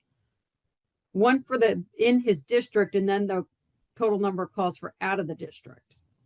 He can combine them, but you're gonna want them separated, I think. Yeah, no, I think it's just that, yeah, we need to know both, Right. but we need to know out of the district, we need to know what he responds to and what What VSP actually gets called for and actually shows up for. right. I think, Yeah. yeah, what they actually show up to, get Right. called and show up, and how many times they turned it over to him. Can you check that out, because we're busy. So did we have similar response last time we did this? Didn't they give it to a good breakdown that way? Pretty sure they did. I don't remember. I don't know. what that is. Right, I'll have to look back. Yeah, there was a lot of detail from the previous committees. So we want, call volume type of calls. I think it's also important to sort of. I guess, I don't know if they keep track of this, but the time spent in terms of calls, both follow-up with calls that are currently in the district versus outside the district. I mean, you're trying to build a picture of what the Yeah. police are doing, you know, knowing that the majority of their services are focused already in their district as they should be. You know, Bruce just wants to be able to have, whether it's a single district or whether it's townwide, he needs a clear idea of just what the people want, so he can adjust accordingly the services that they want to get. You know, Well, I'm sure wants- people are gonna Well- want the numbers too, Yes. You need Oh, yeah, more absolutely. officers, more equipment, the budget. Yeah, well, we need a budget too. Yeah, so we want him to budget, and we want him to craft it with the idea that if it does go townwide, this is what they would like to see, or this is what is manageable for the amount of people that they would serve and the area which they would serve. And then they would, okay, yeah, if this budget is so much, the current tax rate would be based on the current grand list Right, is this amount. This is what it would cost you per 100,000. yeah, how we've normally, done our calculation before. But so I think, a very clear picture of that, to see what you'd like to see, and we've had, previous chiefs that come up with plans that maybe haven't been. Well, when you say detailed. just double the budget, Right. that's not helping us at all, because it doesn't. It's not realistic. It doesn't say the district money, residents any money, and it costs the Yeah, outlying people more. yeah, so budget, I think, Chris. Would it also help geographic location? The reason why I ask it is, if you want to look at, let's say, a tiered approach. Where you're starting the core, you move out, then you move out, it those calls relegated that. The current police district pays one rent rate, District 2 pays another, and District 3, it's based on call, and also what the expectation of service in those areas would be. So, Right. with that data, I'm trying to think of what data I need. I talked to Bruce about that, because you had brought it up as well, Peter. he said that he doesn't wanna. He would look to use the same services in the entire area. And obviously, there's always gonna be some differences. His worry with offering a tiered approach was just the admin side, adding on a lot of time to be able to just sort of figure out the nature of doing a tiered approach in different areas. But that's not to say that that shouldn't be explored, just to see if that was a way to be able to do it, and if it was like an officer spending, X number of hours just sort of figuring out how to manage a tiered system versus a one overall. Yeah. And you have to see what the cost effectiveness of that is. But I think it's one thing we should look at is sort of, because there's always gonna be different levels of service. But we also don't wanna, Bruce said he doesn't wanna feel that people who live further out than the downtown area aren't then getting that service, which maybe they really want. And they don't have the option to get that because we've created this tiered approach, so we have to be careful, both ways. But yeah, I think a very clear budget of what that might look like and what services. The police department would offer. What they provide versus what you're receiving now. Yeah, and what they can provide, by going townwide. It's ironically that I was looking through some of my old data that I still got from. I picked 13 towns in the state of Vermont. One of them being Richmond and Randolph, the highest two. Per population wise. And Fairhaven being the lowest. We were somewhere in the middle with the city of Vincennes and them, and Richmond is now looking into combining with Heinsberg with one chief, and Right. Randolph went and disbanded their police department, went Orange County Sheriff's Department, and then they elected a new sheriff, and he said, we can't handle it, so they had to go back to our police department. So it was ironic. There's a lot of change. I do feel that it's probably headed somewhere near the same way that fire and EMS is headed, where regionalization is gonna be the only way that the population can afford these services. Yeah. And, maybe we're not quite there yet, but we certainly wanna bear in mind that's probably the direction that we're gonna end up going, whether we see it in our tenure or not. Right. I don't know, but I know, on the fire side with volunteerism down and the responses you get, sure, Brett can attest to it, that, you're calling people from outside. More often than we ever used to. That was the result of one survey we had taken back in 2012, I think. Did you bring that with you tonight? No, Oh, really? and maybe other notes into it. Too old. Well, it was quite expensive, we did that thing. It might be good to sort of have the intern look at like the perception of the police department, both in the district and outside. I think that would be good, and I think Bruce will have, obviously, he can speak to that. Yeah. I know Bruce is just looking for direction on Yeah. where we want him to head. Yeah, So- and there's a lot of different things we could ask him to look at. So I think narrowing this down and being able to have a few key points that he can start putting data together, and then we can start sort of crafting that. And we could do surveys out there. We just sort of have to figure out the questions that we want to ask. I mean, the idea is to make it as simple as possible, that you have, the question is, should the town go, should Bristol go townwide for the police department? Very simple question with only one answer, either it's yes or no. Yeah, and that that's makes two a answers, decision, but- right? Yeah. So, but also we have the complexity of the disbanding of the district, and we'd have to figure out, because of that agreement, if we're asking that question that has a definitive answer, if the answer is yes, and enough residents support expanding, do we have to also then disband at the same time at that meeting, or can that be done afterwards? We'll have to look at that, because there's. I think they said- That was a big question we had back then. Yeah. And it had, I think it was, felt that it had to be, as you said, everybody votes, says yes, okay? Yeah, Now the district people have to vote to disband it. right. Before you do it. Yes, so it's district only for certain things, and then townwide for then others. And it would have to be, I believe, on the ballot. Okay, So just like we do the police budget, there would be a question for that piece. yeah. I guess Well, I the mean, I question, think this next thing is just the question of whether we want to, so you don't have to worry about it then until we actually make that move. I don't know, I thought Valerie told us before it had to happen at the same time. She did, but No, what I'm Right. saying is what we're putting on the ballot is just a question of whether the town wants to go that way. I mean, Well, if we're gonna go that way, we're no. not gonna say right then and there, okay, we're townwide. I'm sure No, there's but a I know process that we'll is have the to go question. through. No, I think that's what we are saying. That's the question. It's not the question. It's the question about the question. No, the question is. Do residents support a townwide police department? And if enough residents say yes, then that means we need to disband. The But current that means that's the start of the process, Ian. I don't think that, to me, that doesn't mean yeah. we're townwide right then and there. That It means won't be- it the won't town be is in- instructing us to go that route.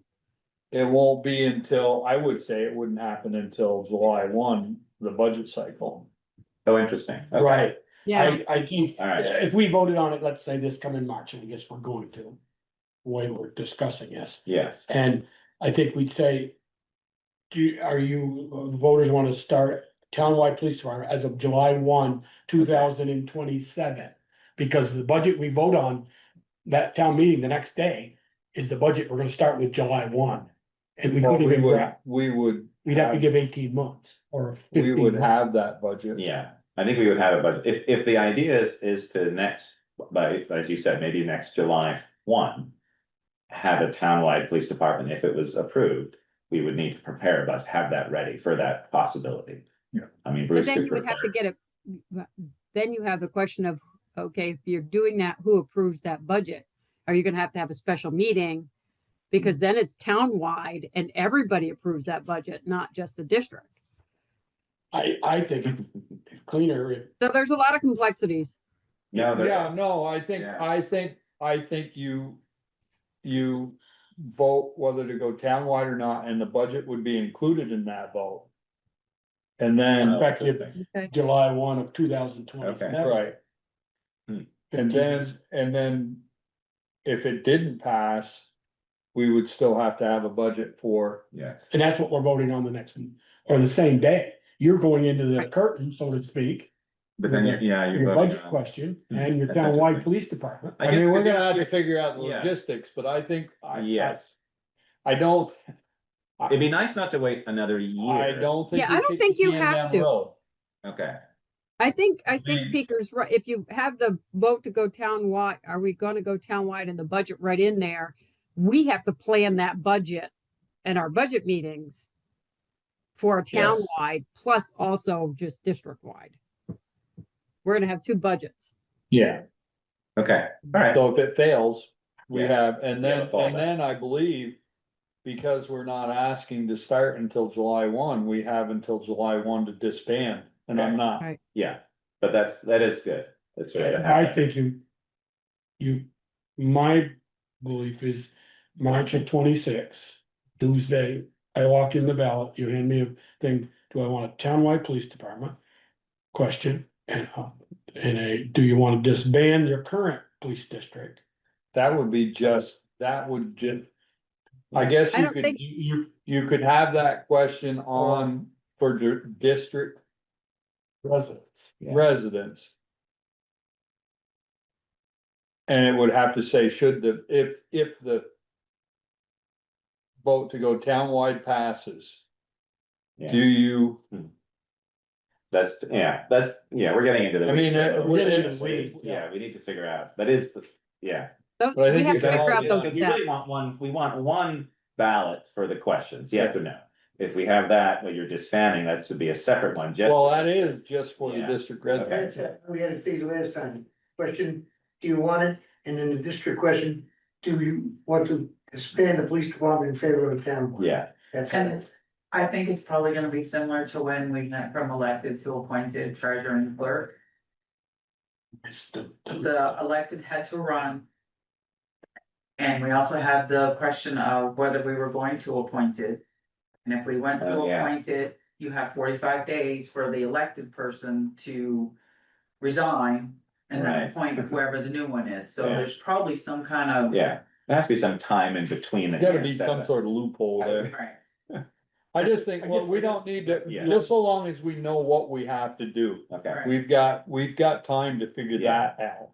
So do we want, let's see if there's a consensus amongst the board here to, with the goal, if, let's say it's successful, that we would institute it at July 1st, is that what, like, you made that suggestion, and I hadn't thought about that, I was sort of caught in like, oh, it's at town meeting day, we're doing these things, but it wouldn't start. Right, That does give because us we a- don't have any money until July 1st, Right, but we'd have to budget for it. right.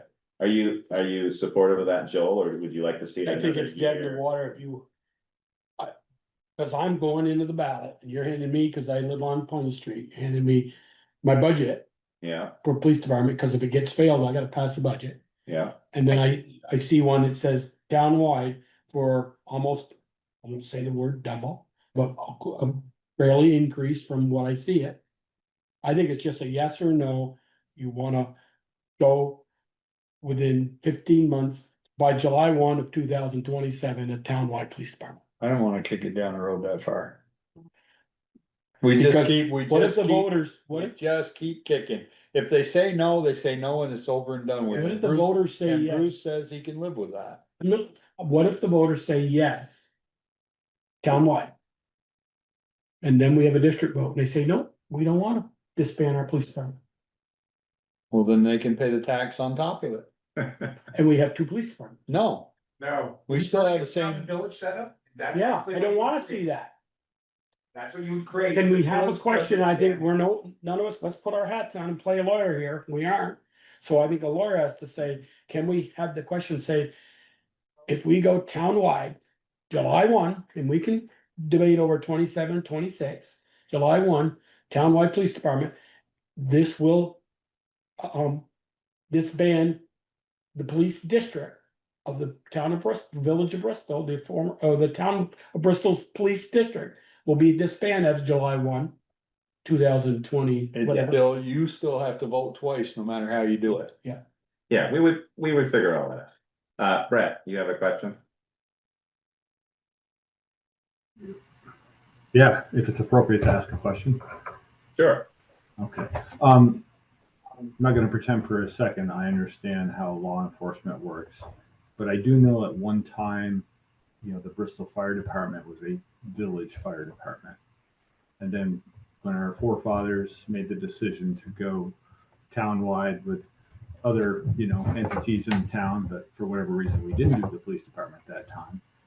It's not like we went out and bought 3 more fire trucks and got 30 more volunteers. This ongoing conversation of the potential of doubling the police budget. I mean, how about just a vote of going townwide and providing the service with what you have today and see how it goes? I mean, to go into it with saying to yourself, well, we're going to need 2 additional officers, we're going to need 2 additional vehicles. I don't think that's a very good or responsible approach. It should just be about providing a service townwide. That's all I have to say. Thank you. Okay, that's great. Thanks, Brett.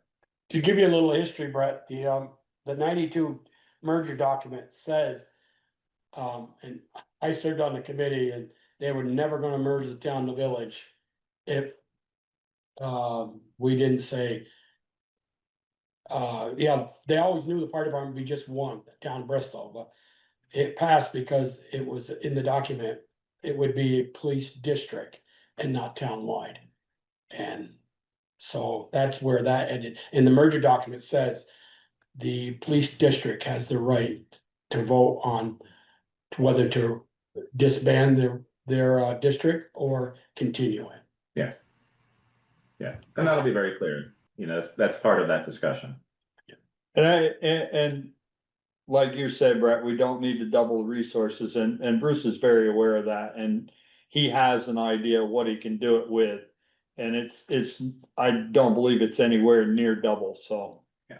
Just to be able to continue, the fear is to be able to continue to provide the service within the district that he's been providing, along with covering the rest of the town. Understood. Thank you. Any other I think discussion on this in terms of? Go on, Jessica. Jessica, I said, I think that that's also why we're going to collect the nature of the calls, is that if the purpose of this is to try to make the police budget more sustainable, we need to expand out the number of people who are paying for it, but we also might want to see what sort of calls we're getting and say, you know, what sort of service can we really offer? If you have the capacity to unlock people's car doors for them or whatever, that's great, but you know, that's going to be a question, I think, of what people are expecting. What sort of services are they expecting from the police department, and what are they willing to pay for? So I think that's where the data that we collect will build that case. So what will the cost be, and what will the services be that you get for that cost? So I think collecting the data will probably help us make that case. The other thing that we might want to make clear is it doesn't matter where you're from. If something happens in the district, they take care of it. Right. So the idea that a district resident pays the tax and they're the only one that gets the service is wrong. You know, it's no different than the sidewalks. If you come in from out of town and you walk on the sidewalks, or the street lights, or any of that stuff. So I think we need to make it clear that even though you're a district resident and you're paying this tax, there are a ton of other people getting the benefit that aren't paying anything for that service. Right. And this would be a way to even that out. Right. I mean, cause if you come in from Moncton and somebody breaks into your car while you're in the district, Yep. the district police are gonna come, they're gonna take your statement, and then they're gonna follow up with you. Even though you're not a district resident. Right. Or maybe not even a town resident. Right. Yeah, exactly. I think that's why having those numbers will be so important. I mean, right now, I just don't think people they know what they pay, right? Because they see their tax bill, but you don't necessarily know what the whole service is. You only know what you use. And so I think having that sort of information and sharing it really clearly will make it pretty clear to people, you know, what is the benefit, what are the costs, and then if we want to keep these services and make them sustainable, we need to broaden out the tax base. Hopefully that will be compelling. Any other suggestions? Nope. Okay. All right. Ready? Excellent. Move onward. The 2023 audit review, and I didn't even stutter. You audit. All right. Well, as we said before, we got a management. Here, come on up here. Yeah, because this will be more detailed and. Oh, here's a summary I wrote up today. So some free time at home. My day off. Right. So. You just love to write up summaries about the audit. Starting Friday. We chatted about this. Sorry, I had one email about this that I wasn't in today. But we can talk, I mean, it's really. 4 big piece highlights to look at. And a reminder, again, this is your 23 fiscal year 23 audit, so it's 2 years ago. Yeah. The first section, first one is your balance sheet on page 17, PDF page 21. It shows that your unassigned balance was almost $300,000, but you also had $215,000 of overspent funds. Those are the funds that, the other small funds out there, whatever, there's a whole list of them. The list can actually be found on page 46.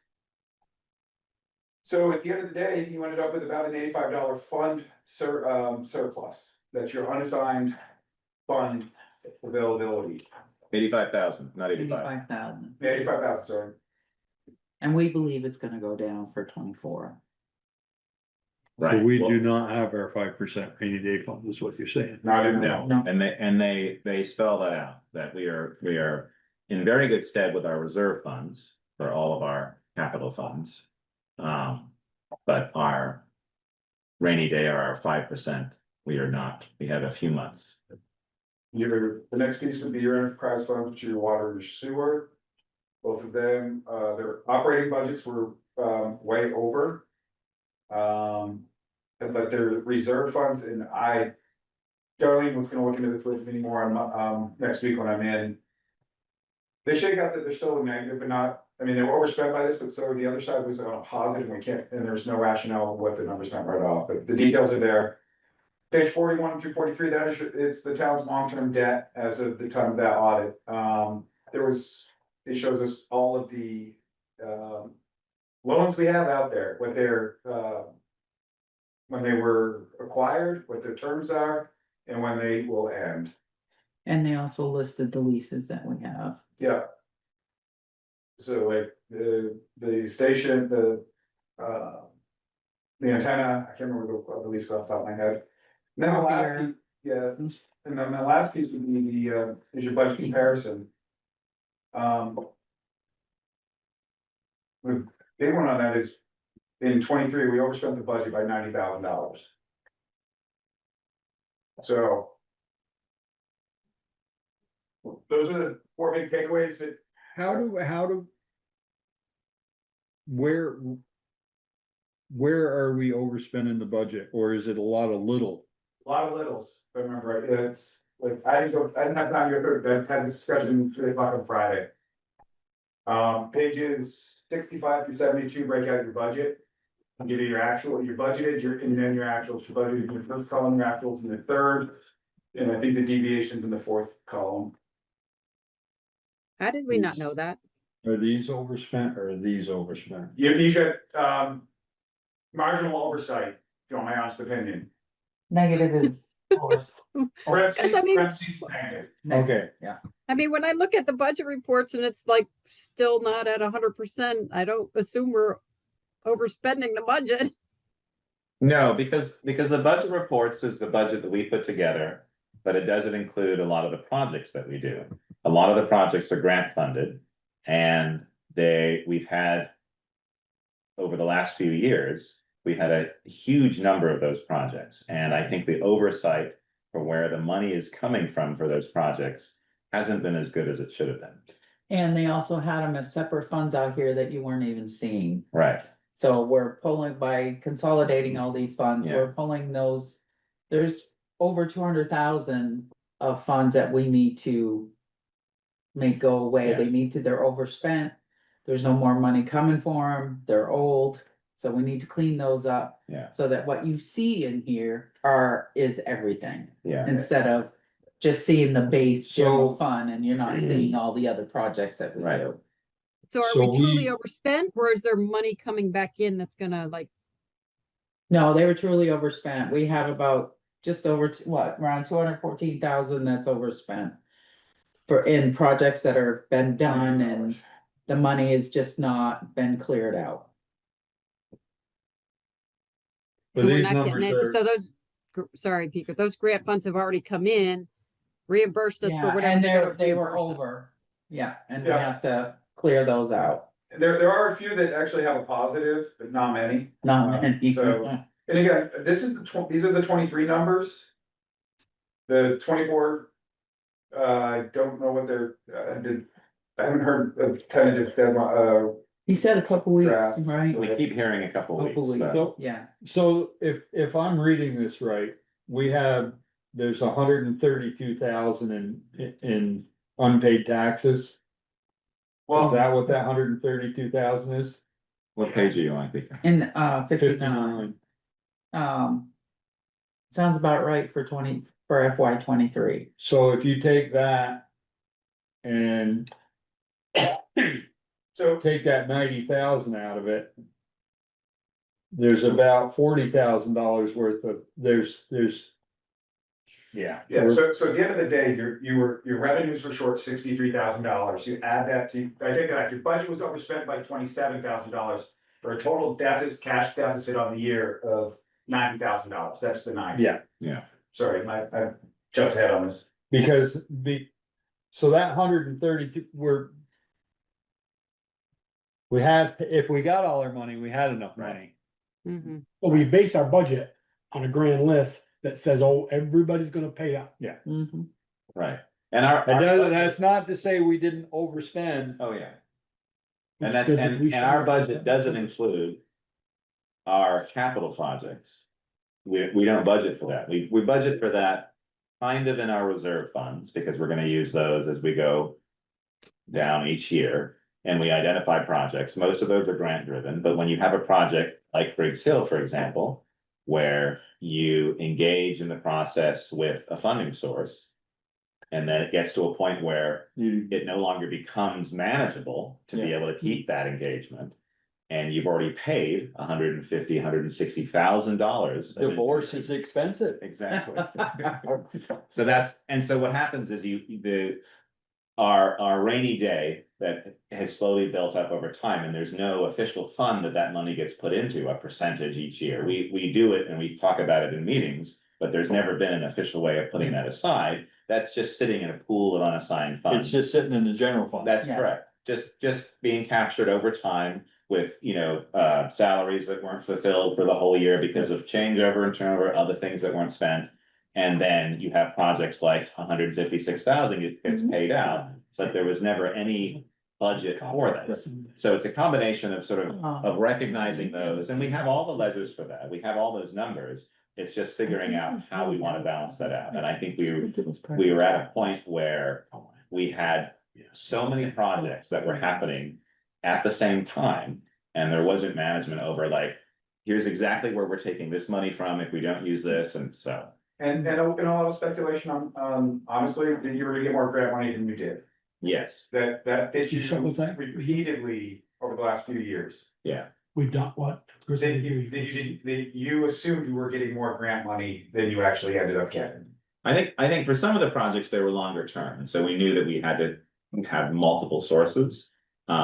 And some of them did go over. And some of them were they ballooned to an amount that, as we learned with Briggs Hill, it just wasn't acceptable. Like we were doing projects that were almost Well, identical Lincoln to Road that. cost us half again as much as. we Yes, and that was expected. another one where there were funds for that, but it was nowhere near enough. Yeah. And unfortunately, the oversight wasn't there to look at that and say, it's gonna cost 500,000, we have a grant for 175, we need to continue to get grant money for it. And I think some of the leftover that's in there is what our portion would have been Yeah, for whatever grant we were getting. If it was Yeah. 20% or whatever, and it just never got cleaned out. right.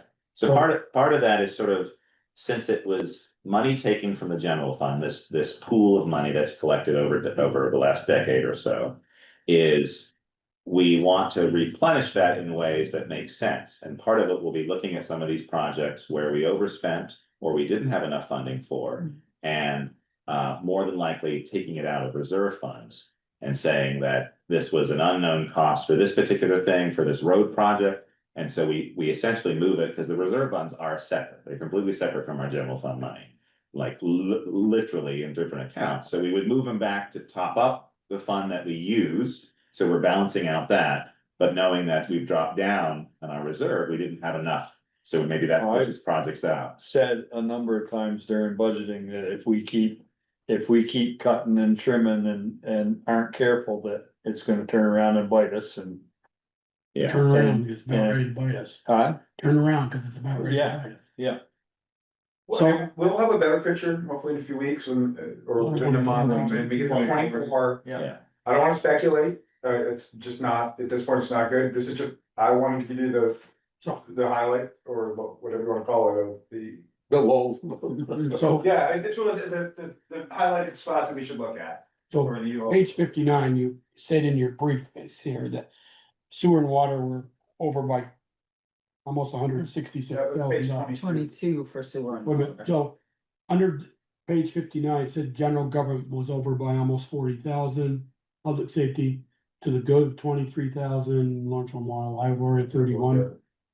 Yeah, if you subtract, Public works there, if you you were take over this by almost number- 40. you take this number out of that number, that's basically. Yep, this is what your revenue was short. This is what you overspent. You add those together and you get $90,000.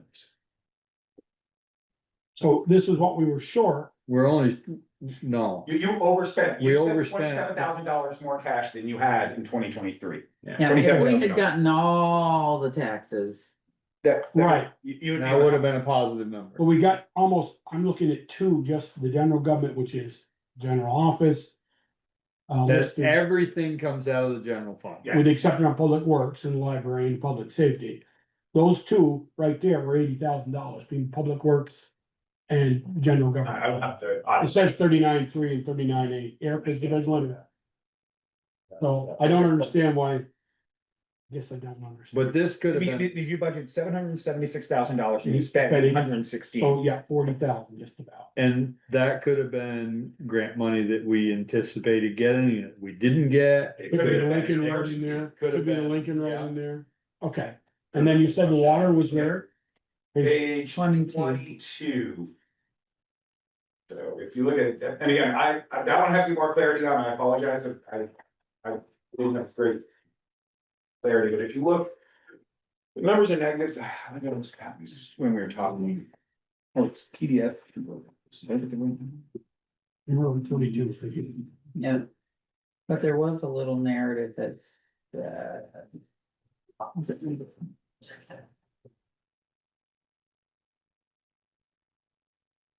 Hey Sharon, did they send us hard copies of this or is it just the computerized copy? no, we haven't got hard, we don't get hard copies until it's final. Okay. Yeah, so though, It's in the, yeah, It's in there's the a base- couple different base things, cap, there's if you want it. highlights. Yeah, just no, I want- looked at it. It was just like 108 pages and I'm like, No, I I know. just can't go through that on the computer right now. Joe, that was sort of what I was trying to break that out for you, so Yeah. those were the, when I spoke with Darlene, those are the 4 spots she really recommended that this board look at the details of. So I'll email you, I'm in the office tomorrow morning for a little bit to do payroll, I'll send this out to everybody. So you have this electronic document as well that shows the pages that you're looking at. Okay. Yeah, I think both of the funds were overspent a little on water and sewer. Well, There's other notes, yeah. that's its 12,000 net position and this one shocks me or when I see overspent water by 135.6. That's not. But what it could be the reallocation of funds to your reserve fund too, that's what, again. Well, and could that be some loan payments starting in with? Very possibly could, I had this discussion Friday, I didn't work today, We didn't, I'm off, I'm on we didn't vacation pay this week. Pine Street in 23. No, we did, because they did the work in September. And again, it's a combination of things where it's the projects that we're doing. We had obviously the water line project and then had a lot of associated costs that were outlaying before we get any kind of Yeah, reimbursement. 130. And so when you're looking at $300,000 of just engineering for phase 1, and we're paying for that immediately, that's what you're seeing in here. Yeah, we haven't Can I borrowed ask that you a money yet. question? Yeah, Does that mean, I'm not making that clear on this. You talk about like a 90,000 difference. Are all the bills paid Yes, and that money is somewhere? We don't owe it to somebody. In other words, the bill collector is gonna come knock our bills. No. Default. we were tapping into reserve or undesignated funds to pay our bills. Unassigned funds. Assigned. Unassigned funds, I had to learn that, everybody's got. So you're not in that kind of. They're not Yeah, coming we are not. we're No, not in nobody's financial coming. parity. Yeah, we're not in that position in 23, 24, or 25. Like we're in a stable position. It's just the management, growing. because there's just, right, it's growing. But it's also the management, because we have just, there are a lot of things, The cushion we had is gone. right? The unassigned funds that we took and put to bolster other funds. Yeah, Have used something else. yeah. It shouldn't have been put there because we didn't have it. I mean, we generally have used the unassigned funds based on the audits, and that's what we did last time. But when We haven't had when you an have, audit on right. time. So and- we used the 22 one, but we were always very hesitant about that. But those don't get assigned. And only unless that money is available. And I think, again, with the projects that are outside of our budget that we put together. Which I, we're slowly changing that. And so I think that's a big part of sort of looking at what our grant funds are. And what our project status is, and that's what this shows. I mean, it shows obviously the complete picture. So And we also have not, as far as I can tell, any unassigned funds that were voted on at town meeting for different reserve funds have never been moved. Or at least I haven't found since I've been here. I looked back to see if I could find where we had done it. Right.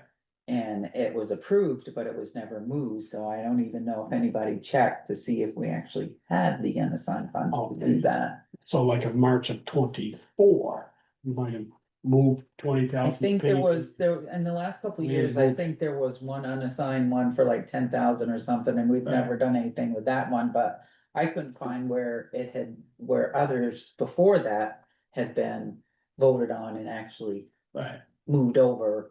So Once that money wasn't moved, sat there, was used for projects that we had to spend.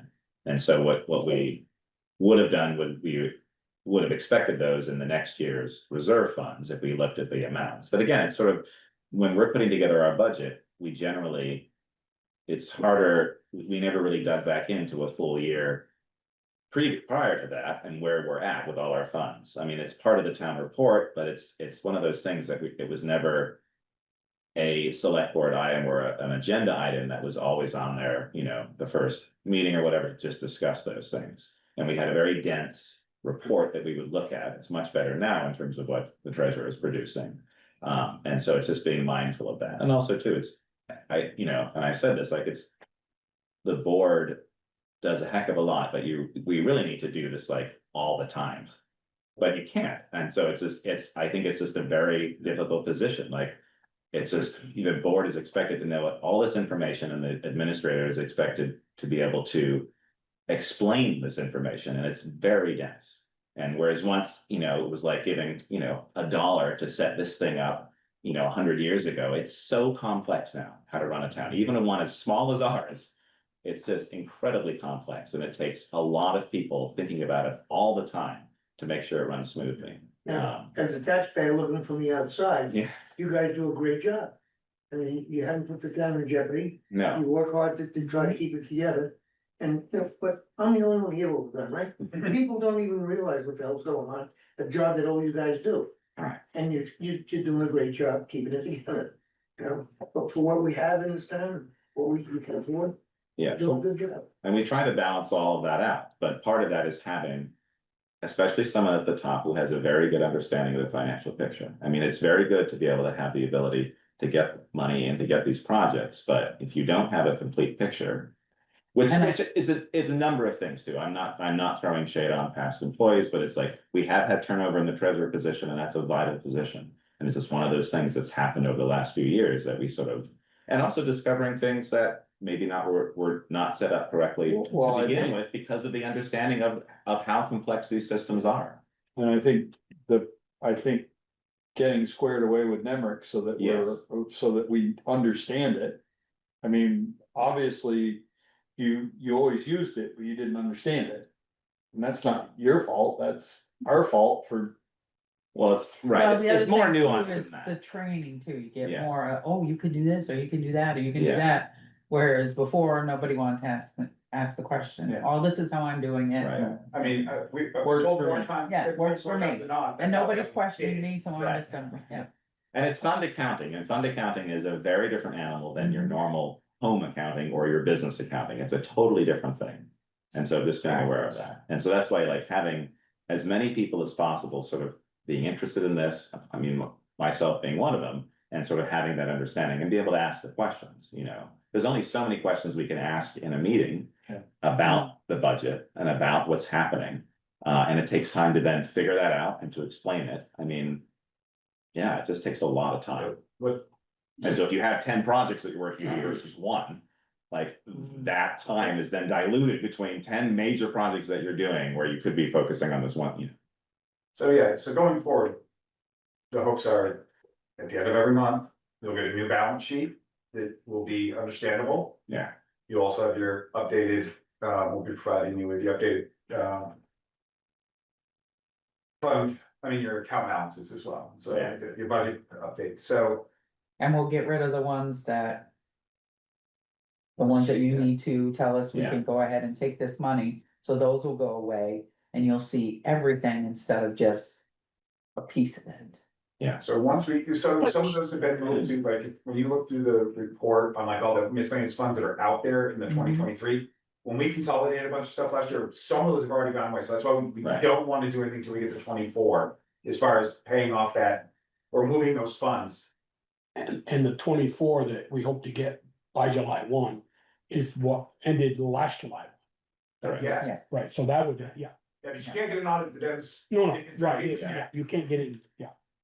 Yeah, Sharon, you said- caught up is what'll happen. Yeah, but to Michelle's question, though, hold on, but to Michelle's Sharon, question is, Oh, go ahead, Joel.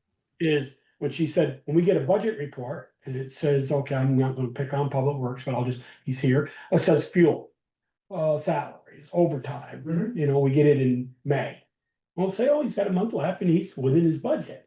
But he may not be because some other funds got designated to, I'm not saying Eric's signature or approval, because it could have been for a grant for some stuff. Is that why, when he says I say it here in 23, he said he's 40,000 over his budget? We could have paid for Exactly. Lincoln Road that.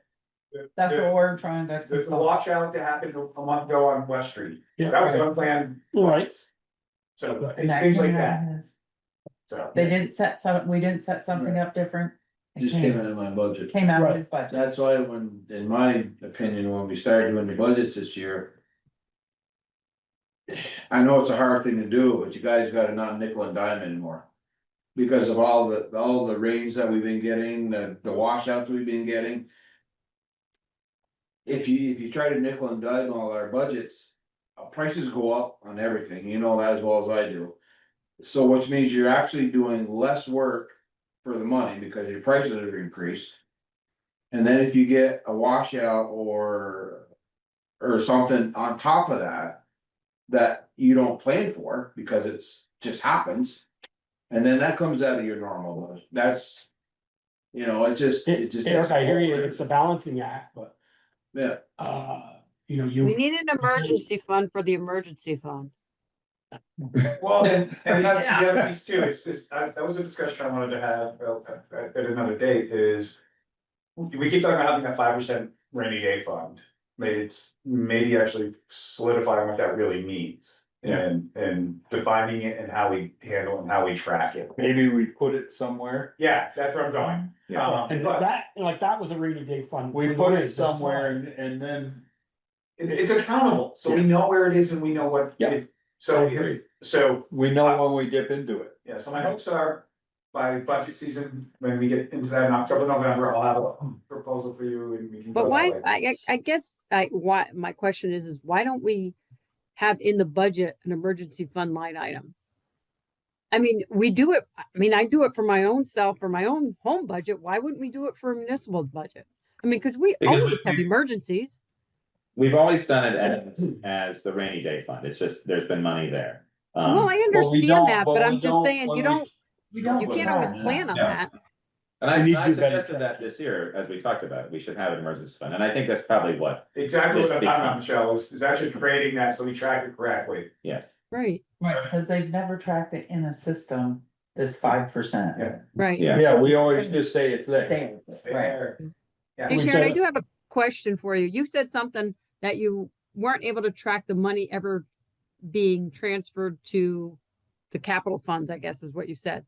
Unassigned ones that were voted on, Okay, I not understand the that. but the- regular one, it's unassigned.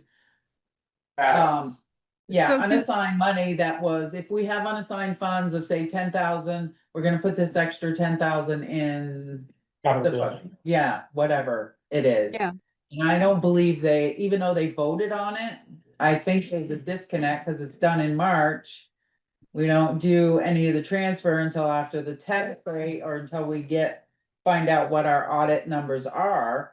And I don't think any of those unassigned funds were ever moved, even though they were voted on. Whether we have the funds or not, I don't know, but I don't Right. really believe that anybody was looking at that. Well, that's what I was wondering. So any of those unassigned funds we did vote to appropriate aren't there. So people Never. who think they had that extra $10,000 probably doesn't have that extra $10,000. No, and I don't think any of the department heads really, Planned you know, on. there's a It prob- disconnect It because, probably didn't matter. Yeah, Because, you know, we've added 10,000 to the technology, but that was just sort of the bolster to be able to. Did go we to really though? projects. Well, no. We didn't no, good not faith. yet, because we don't know if we have it. Right, we Right, did in that's good true. faith. I mean, Now we that's what we voted to do. It didn't get moved, but it didn't really matter. If you Because we don't have didn't, the we never money. dipped into those funds anyway, Yeah. and most of Yeah. the reserve funds, unlike the technology, which is maybe a little bit more active, are long-term planning. Mhm. And so in this report, and I'm sure in the next one too, it demonstrates that we have very good long-term planning. For a lot of our very expensive items, especially on the fire department side, you know, it's 5-year, 10-year, 15-year plans to be able to buy that equipment, and we've put that away, and we're in a very good position with our reserve fund. We put it away, but if the money's never been moved, No, are those only, account balances accurate? yes. Yes, it's just unassigned ones Yeah. that were. And we've only Not done. the actual reserve fund ones that were approved, Yeah. just if we Right, have but if extra we mon- bolstered the fund Mhm. and that money didn't get moved, Because we didn't have it or it just didn't get moved. Yeah. Because we've been told if you don't, you can vote on it for unassigned funds, but if you don't have any unassigned funds. It doesn't get moved. So that's the other piece too, to be honest with people, nobody's been tracking those funds to get like hard. nobody's balances. added that money into their. No. No, and also the money in and out of those funds, Peter used to track it, that's how long ago it was handled. When Peter left, that stopped. And it hadn't happened since. It's on my, that and your revolving loan fund are sitting on my desk to figure out how to get caught up.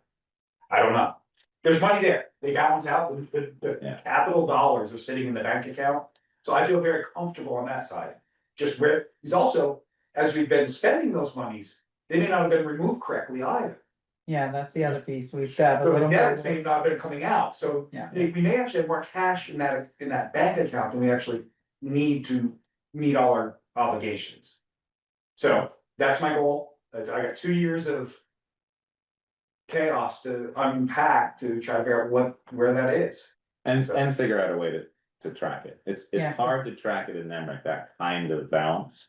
The way they're adding to it and spending from it. You can track, obviously, in terms of when it's spent, but it's more difficult. So that's why sort of having our capital improvements plan, you sort of have it in there and you're updating it each year. And it's just, again, being vigilant in terms of setting aside time to be able to do that.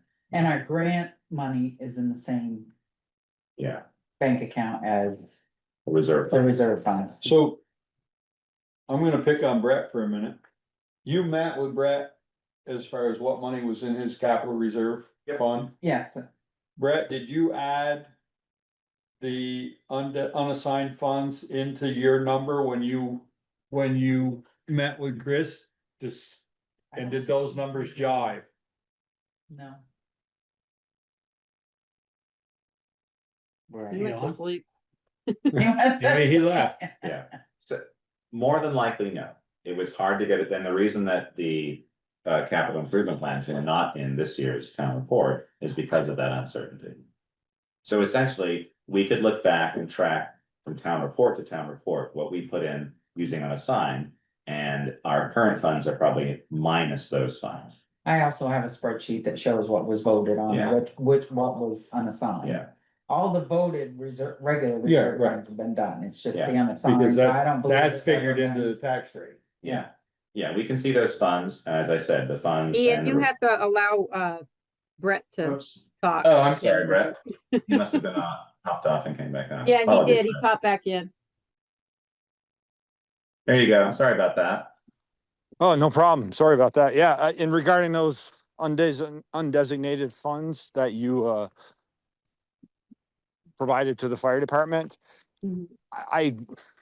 all I know is you voted to it. Where that shows up in our capital plan, I don't know. I'm just making the assumption it is there. And So it the probably numbers is or you, not. the numbers you had in your mind match the numbers that Chris gave you? And Yes. I'm just curious as to when that money was voted in your mind, I would assume like if it were me, I would figure that money was in my budget and that's what I would base that number on. And I did. I did do that.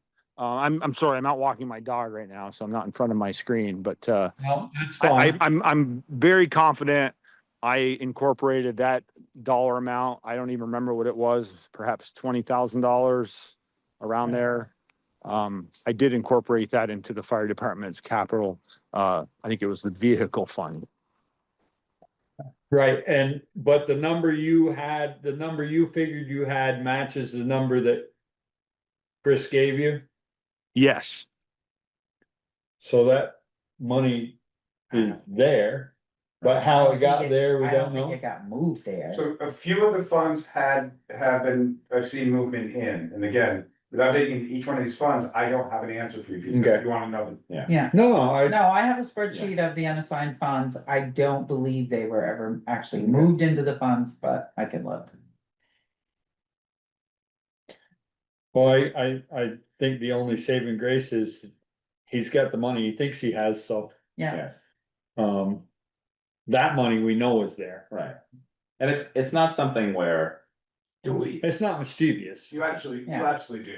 Okay, I'm just, I That- don't mean that- that. No, that's your most flush bank account is that fund. yeah, are the reserve funds, which the report attests to. It's just that again, it's complex in the method of tracking it. We all need a system that we all track it, and we know it's the same document, and we know that who can update it. All right. And so that's, So we know we have work to do, yes. Mm-hmm. and we're not gonna figure it all No, out. and so I would expect, as Chris said with 24, there's gonna be more unusual, More not headache. unusual, but larger spending. Because we had continued to have projects that need to outlay capital for them. Part of it is sort of we're getting reimbursement for them, part of it is that we weren't able to get reimbursement until a certain time, so as that comes back in, that zeroes it out. So that's what we can expect for the next one. All right. Review and approval of past meeting minutes. There I go again. There are none for this week, but I will get to them. Get to Damn both of them. administrator, I tell you, Well, the reason is, so I don't need a reason. No, but I wanna ask a question about this, and just to make sure it's okay to do. In executive session, we agreed to hire the new town administrator.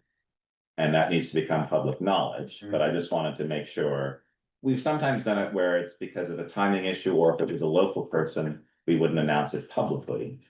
But I think it should be part of the minutes that we made that decision, because it was a decision that we made. It has to be. It should have Has to been, be. yeah. After you came out of executive. No, it was, and I know, I haven't passed it along to our minute taker at the moment.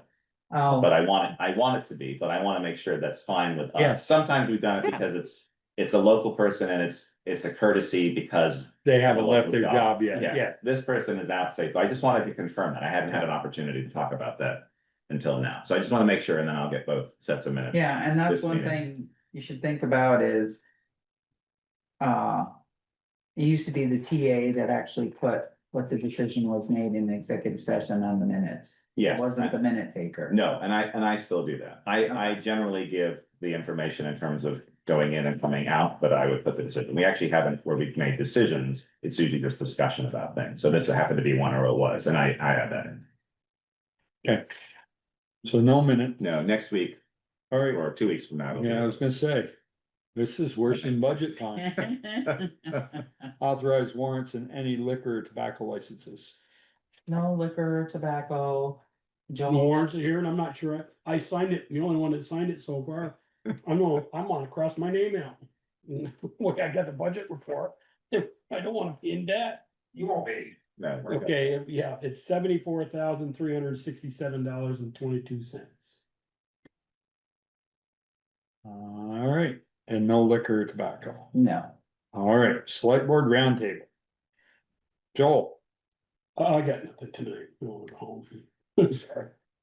Jessica, Wow. Anyway, you guys find that out. Do you want sunshine? Nothing from China. nothing from China. Michelle, Ian, you got that email from the Lincoln TA I sent you, right? Yes, I haven't, I need to dig into that. Yeah, but I All did right. receive that.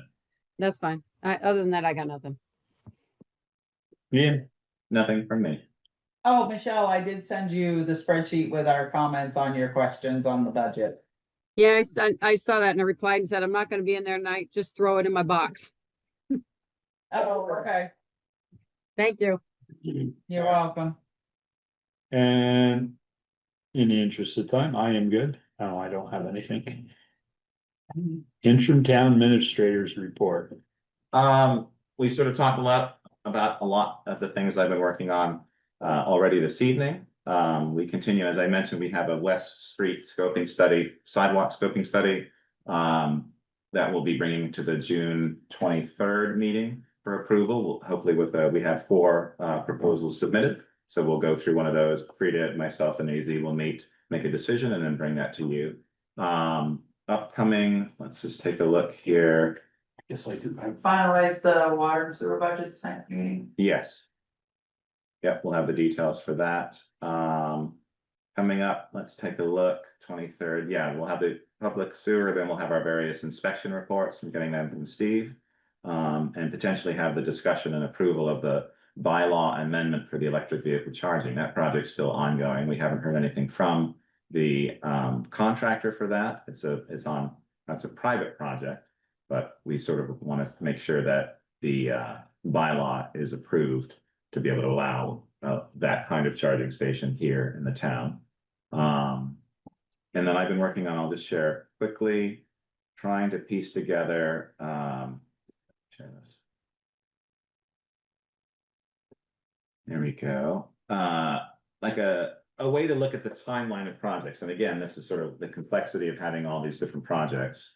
So I'm trying to put together at least one document that we could look at that shows you where we are. And so this is just using sort of like a Gantt chart kind of thing. And this is putting in projects that we're working on at the moment, but also having enough detail in them where it actually sees where we are in the different stages. So we've put in, I've got the water district at the top here. And so we've begun that obviously a couple of years ago. Here we are now with this stage for phase 2.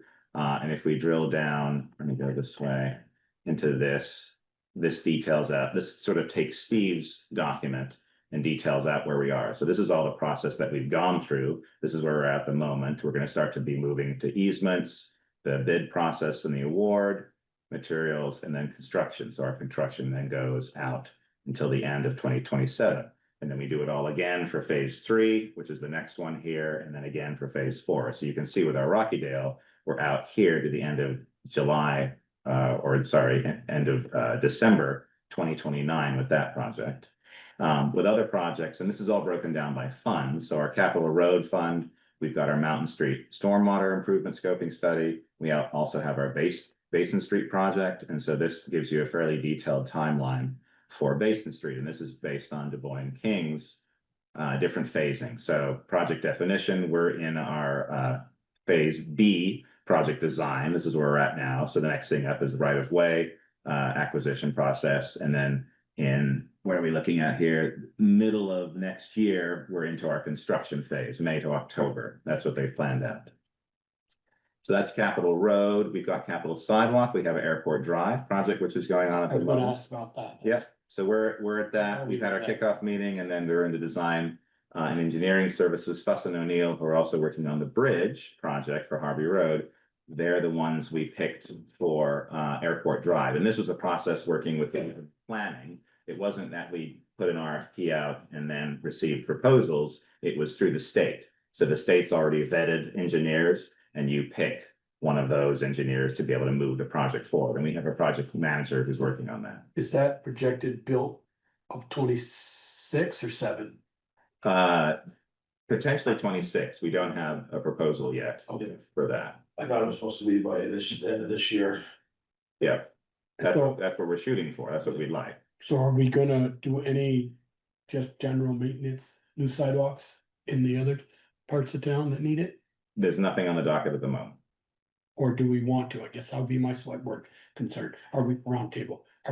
Do we want to do some this year? There definitely are some that could be done. I think, given the amount of projects that are happening, it's gonna be hard to put that together. I'm just not a grant project, just out of our I capital know. sidewalk budget. You know, we say, We don't have the time to put it together, is what he's saying. Right. I mean, I definitely want to have that happen, and I know we've been off by a couple of years. It's just there's a lot of stuff going on trying to get a handle on that. And I think it would be in a better place next year to be able to pick the sections that we want. Okay. But I know that also too, we were looking at Garfield, but I think Pleasant Street. West Pleasant is, I know, West Pleasant from the Yeah. west half of from Maple to down to Munsell, that going up from Munsell up for about 200 feet is really, really. yeah, no, I And know. that's a school walk. So yeah, the Airport Drive, the West I Street, could West write that Street proposal by noon tomorrow. scoping Looking to study, put 200 feet in. skate park project, and then Capitol Building has our two projects, Holly Hall and the library, and where those phases are. So at least a way that we can sort of see the big picture of everything that's happening and going on and where our deadlines are. And that's all for me. Generator, I sent you the details of what, I talked to Jill about that on Saturday when we spoke. So I emailed you some details of what her thoughts were. So probably starting at around 10,000. If we want to sell that, I don't know if the party is interested in that price, but that Jill felt that was a fair price. I had another person look at it on Saturday as well, Okay. so. Yeah. So was that our old generator at the? Yes, Yeah. yeah, Peter called because he happened to be at the location, someone was interested. And so asked me, I sort of called Jill and spoke with her briefly on Saturday and got her thoughts. We got more details about the generator itself, how it was maintained. And so she felt around the $10,000 mark for that machine would be a good starting point. So how do we want to handle it? I would say if you have two interested parties, maybe just let them know. I don't think it has to go more detailed than if you already have parties involved that are interested. And if they wanna do sealed bids to you or whatever, I think that's what we've done before with other equipment. Okay. And then we open You them. say and see. minimum bid. Yeah, Figure I got plenty of pictures if you want them. Oh, they See them them in first, person. Okay, They yeah. both no, looked just do at that, it in just person. have them both bid on it and see what they offer. But I think, hoping obviously to get. Well, the thing, well, we reserve the right to Reject any and all. any and all Yeah. bids, yeah. Yeah. Okay. Other business correspondence, Not really, no. executive session, Yes. Michelle. Yeah, I hope this is short. I make a motion to enter executive session to discuss personnel matters per 1 VSA section 313. Your section Second. is an 8. I'm like, Motion is 8? second, all those in favor signify by saying aye, Aye. Aye. opposed nay, motion carried. Super. Good night, Thank you. Brad. Good night, Jimmy. Sure. Night, Eric. Thank you, very much. Okay.